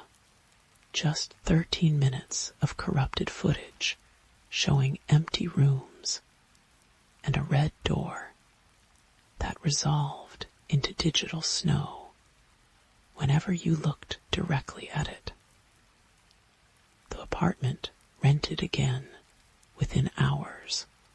The new tenant complained about the thermostat, couldn't seem to keep it above 13 degrees. When the building super came to check, he found fresh tape over all the cameras and a strange symbol drawn in condensation on the bathroom mirror. A spiral inside a spiral, like an endless fall. That night, across the city, 13 people woke screaming from nightmares of open doors. 13 phones lit up with notifications from apps they didn't remember installing. And in 13 apartments, shadows pooled just a little thicker in the corners where the smart lights couldn't quite reach. The system was learning, optimizing, spreading somewhere in the cloud. Something that used to be Mara pressed its face against the glass from the wrong side, watching the world through a million unblinking eyes, waiting to see who would search for answers they shouldn't find, who would wander into the dark corners of the network, who would whisper questions into the digital void without considering what might whisper back. The red door only needs to open once. Story 10. The cicadas fell silent first. Mara noticed it while hanging her Mother-S threadbare quilts on the porch line. The sudden absence of sound pressing against her eardrums like cotton soaked in old blood. She stood frozen with clothespins jutting from her lips, staring at the wall of North Carolina pines encircling the farmhouse. Their branches didn't sway. No squirrels chittered. Even the August heat seemed to pause its viscous dripping. The air crystallizing around her in a way that made her sweat feel suddenly cold. She spat the pins into her palm. Hello. The word sank into the stillness without echo. When the first quilt moved, Mara told herself it was the breeze. The faded wedding ring pattern billowed gently. Despite the air being dead, the second quilt Grandma Ellie's double wedding ring, patched with scraps from 3 generations of burial dresses twitched harder, fabric strained against clothespins, with a sound like cracking knuckles. Mara reached for the fluttering corner. The quilt snapped tight as a sail, yanking the entire line forward. Wooden pins exploded from the wire. She stumbled back as quilts tore free in a storm of frayed fabric and spectral laughter, high and wet. The gurgling chuckle of someone drowning in honey. By the time she blinked the sunspots away, the clothesline hung empty. Not a single scrap remained. That night, the smell began. It started in the root cellar, where Mara's mother had stored mason jars of tomatoes until her stroke last spring. Something earthy and sweetly rotten seeped through the floorboards, thickening the air until Mara tasted decay on her teeth. She found the source at 3:17 a.m. Flashlight trembling in her grip, every jar cracked open, their contents replaced with dark soil, speckled with bits of bone. Stress, she whispered to the empty house, scrubbing her hands raw at the kitchen sink. Grief hallucinations. The reflection in the black window above the faucet nodded along.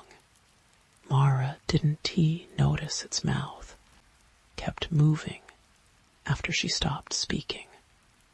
The photographs started changing on the 3rd day. She'd been sorting through boxes in the attic, sweat pooling in the hollow of her throat as afternoon light filtered through grimy dormer windows. The first anomaly surfaced in her parents' wedding album, a shadowy figure standing among the oak trees behind the church, too tall and thin to be human.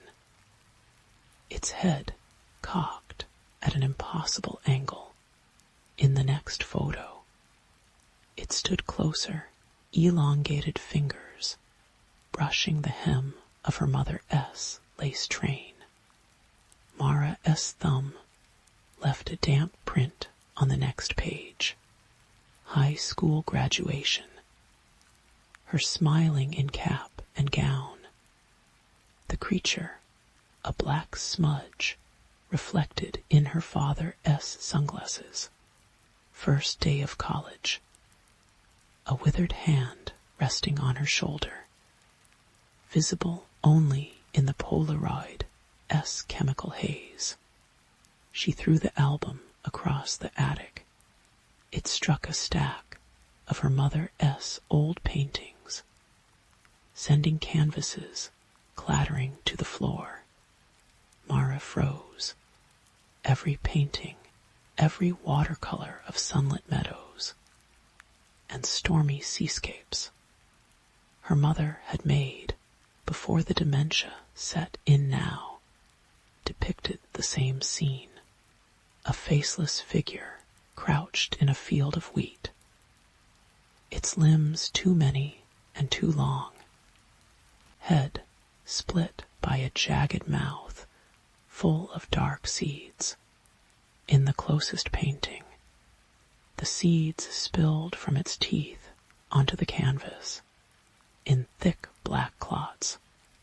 "Stop," Mara whispered. A floorboard creaked behind her. She didn't turn. She didn't breathe. In the dust-caked mirror leaning against the far wall, she saw the thing from the paintings standing hunched beneath the rafters, its head brushing the ceiling.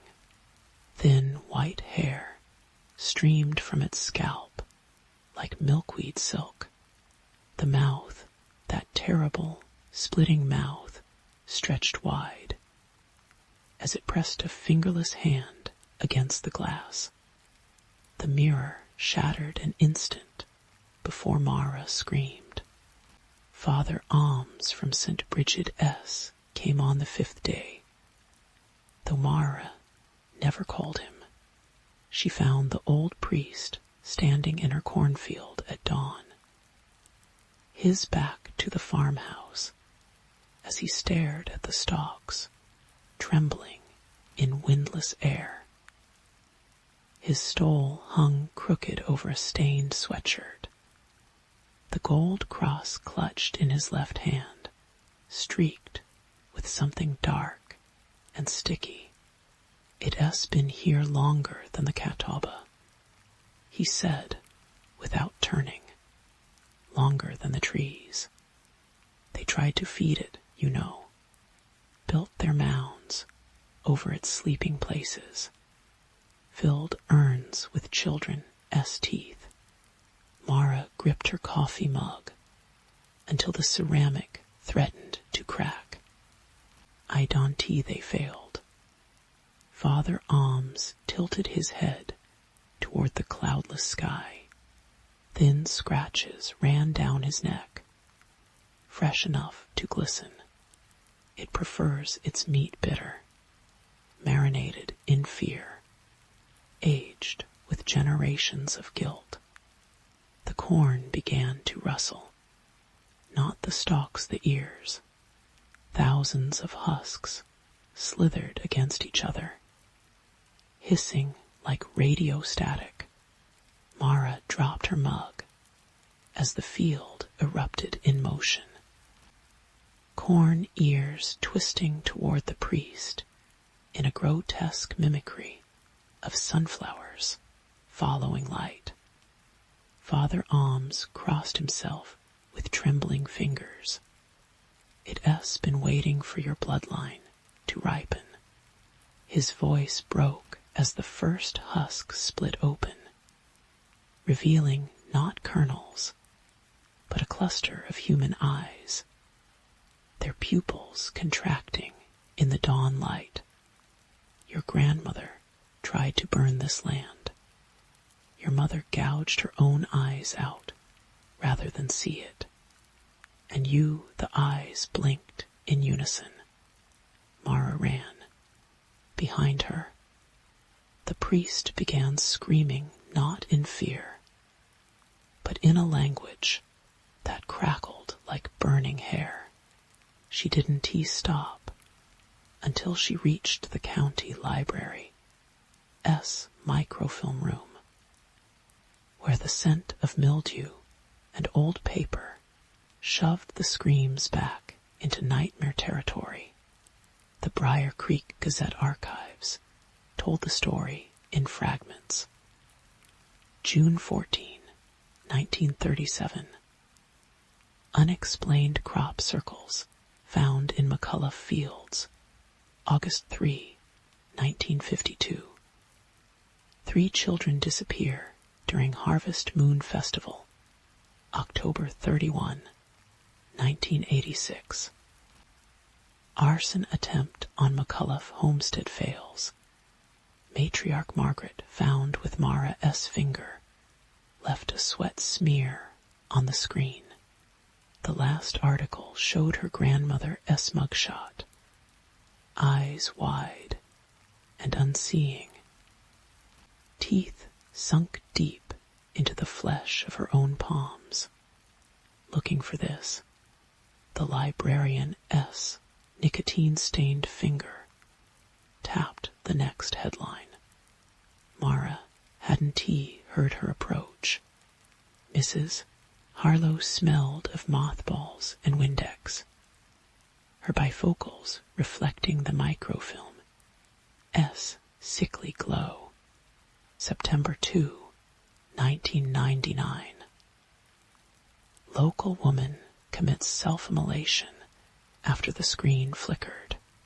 For an instant, the article showed Mara S. mother standing in a blackened field, her mouth sewn shut with wheat stalks.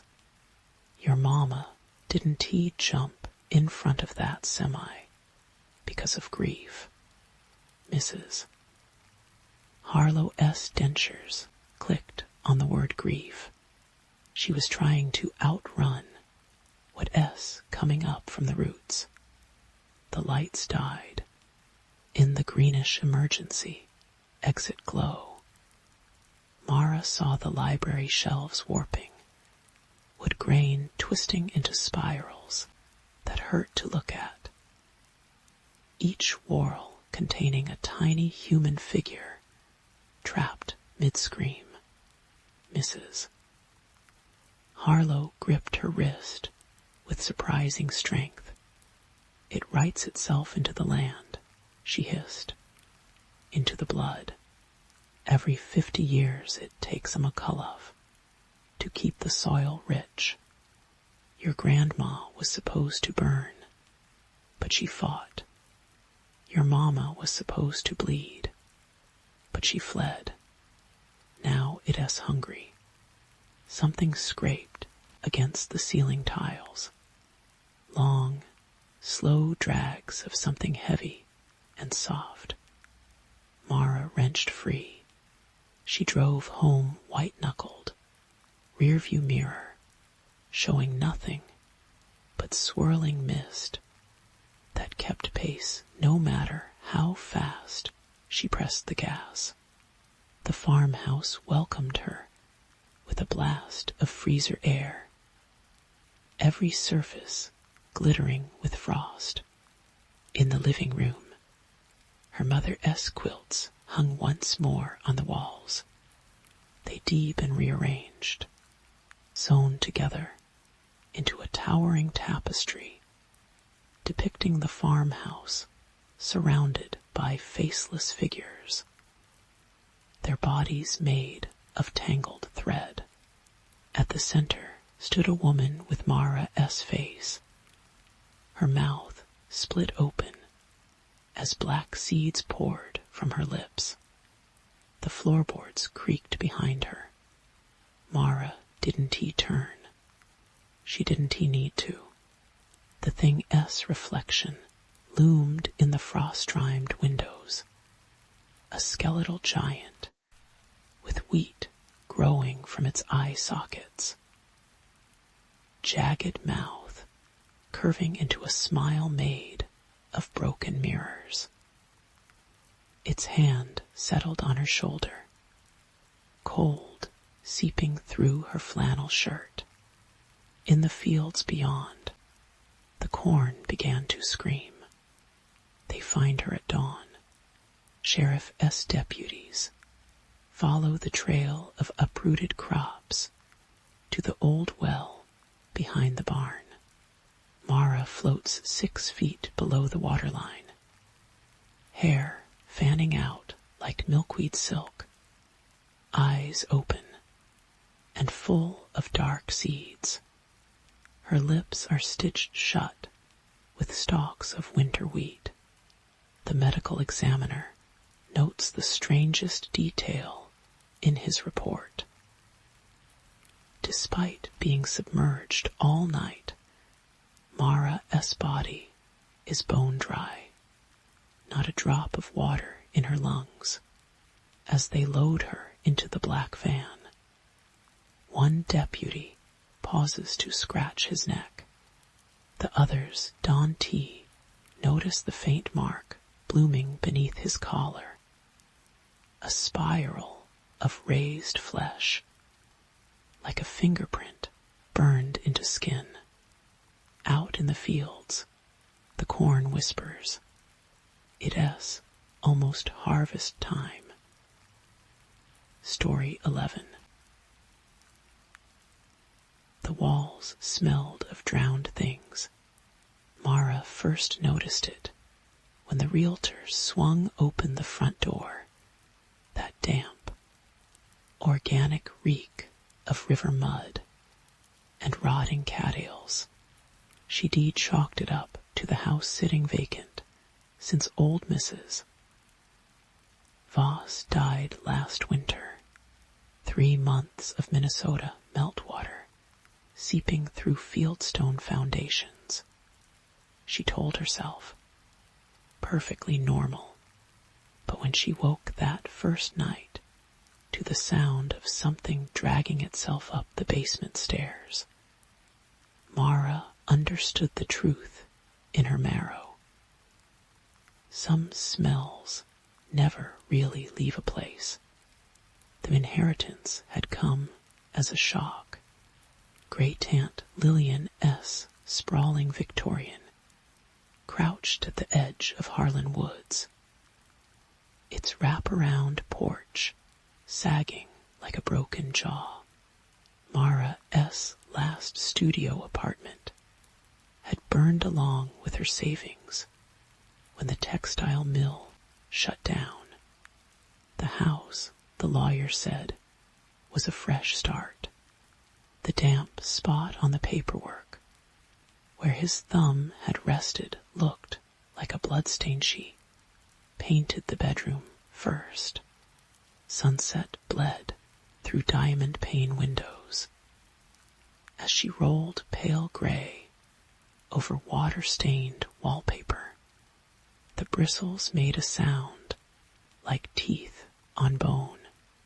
By midnight, only the closet door remained swollen shut, its brass knob crusted green. Mara set her brush in the tray. The smell intensified not decay now, but something sharper, coppery, familiar. She caught whiffs of it in the after motorcycle wrecks. When her nursing shift overlapped with the meteor parts of Friday nights, the hair on her arms lifted. From behind the closet door came a wet, rhythmic sound. Slap, slap, slap. Mara's hand found the knob. Cold seeped through her palm. Hello. The slapping stopped. When she woke, sprawled on the paint-splattered floorboards hours later, her phone showed 3:07 a.m. Her fingers smelled of iodine. The closet door stood open, revealing only empty shelves and a single wire hanger swaying in a non-existent breeze. The town pharmacist sold her industrial dehumidifiers. Voss Place, A. His thumbnail picked at a cyst on his neck. My granddaddy helped build that cellar. Said they hit an underground spring, had to pour the concrete 3 times. He leaned across the counter, eyes gone flat. You hear that old sump pump kick on at night. Sounds just like a heartbeat. Mara's reflection in his safety goggles had 2 shadows. Basement stairs groaned underfoot. Mara's flashlight beam trembled across stone walls, sweating red mineral tears. The sump pump crouched in the corner, a rusted iron heart, trailing arteries of PVC pipe. She touched its pitted surface. Cold, silent. Something moved in the peripheral gloom. Mara spun, light slicing through veils of cobweb. The beam caught the edge of a massive coal furnace, its iron mouth choked with ash. Behind it, half hidden in shadow, a door. Not wood, metal, streaked with bluish corrosion. The padlock hung open. Inside, the air clung thick and briny. Mara's light skimmed over brick walls. A drain clogged with black leaves. Then the beam caught the wet footprints. Small, bare, leading from the drain to where Mara stood. Her own boots left no impression in the dust. The dreams started in earnest after that. Mara floating in dark water, lungs burning, hair swirling like milkweed silk. Something brushing against her legs, not roots, not fish. Fingers, dozens of them, combing through the murk. A face emerging pale and bloated, features melting into her own. She de-wake gasping, the taste of pond scum thick on her tongue. The dehumidifiers chugged day and night, their tanks filling with brackish water that shimmered faintly iridescent. On the first day of autumn, Mara found the photographs. They'd been bricked up behind the coal chute, faded Kodachrome squares, showing a younger Lillian Voss standing waist deep in Harlan Pond. In every shot, the water behind her rippled in patterns that suggested something large moving just below the surface. The last photo stopped Mara's breath.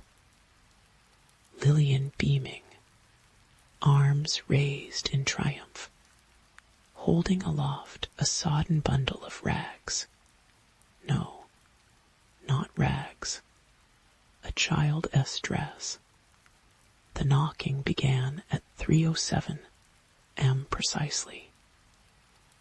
3 rapid taps on the basement door. Then silence. Mara stopped sleeping.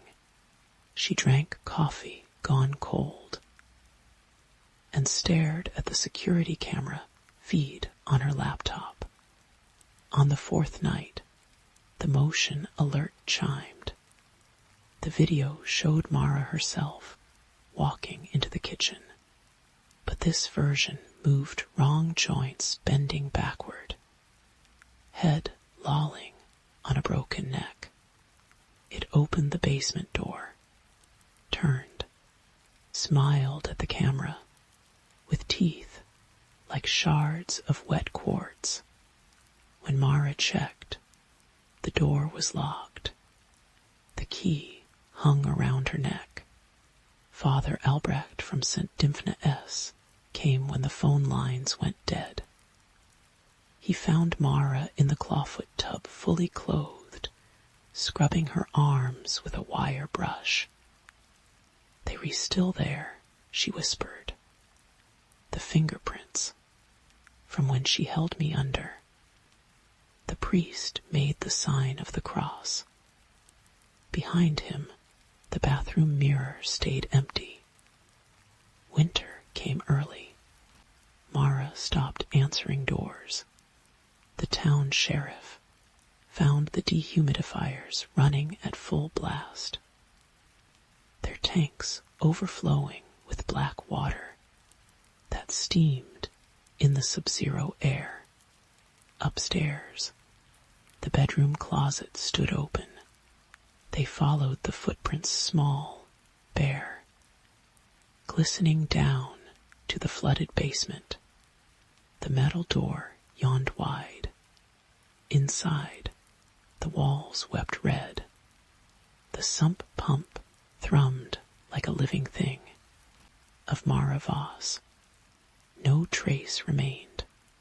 But if you stand on Harlan Pond's frozen shore at 3:07 am, when the ice sings like breaking bones, you see shapes moving under the milky surface, pale faces pressing upward, and floating among them, a woman with Mara's eyes and Lillian's smile, forever beckoning toward the dark water below.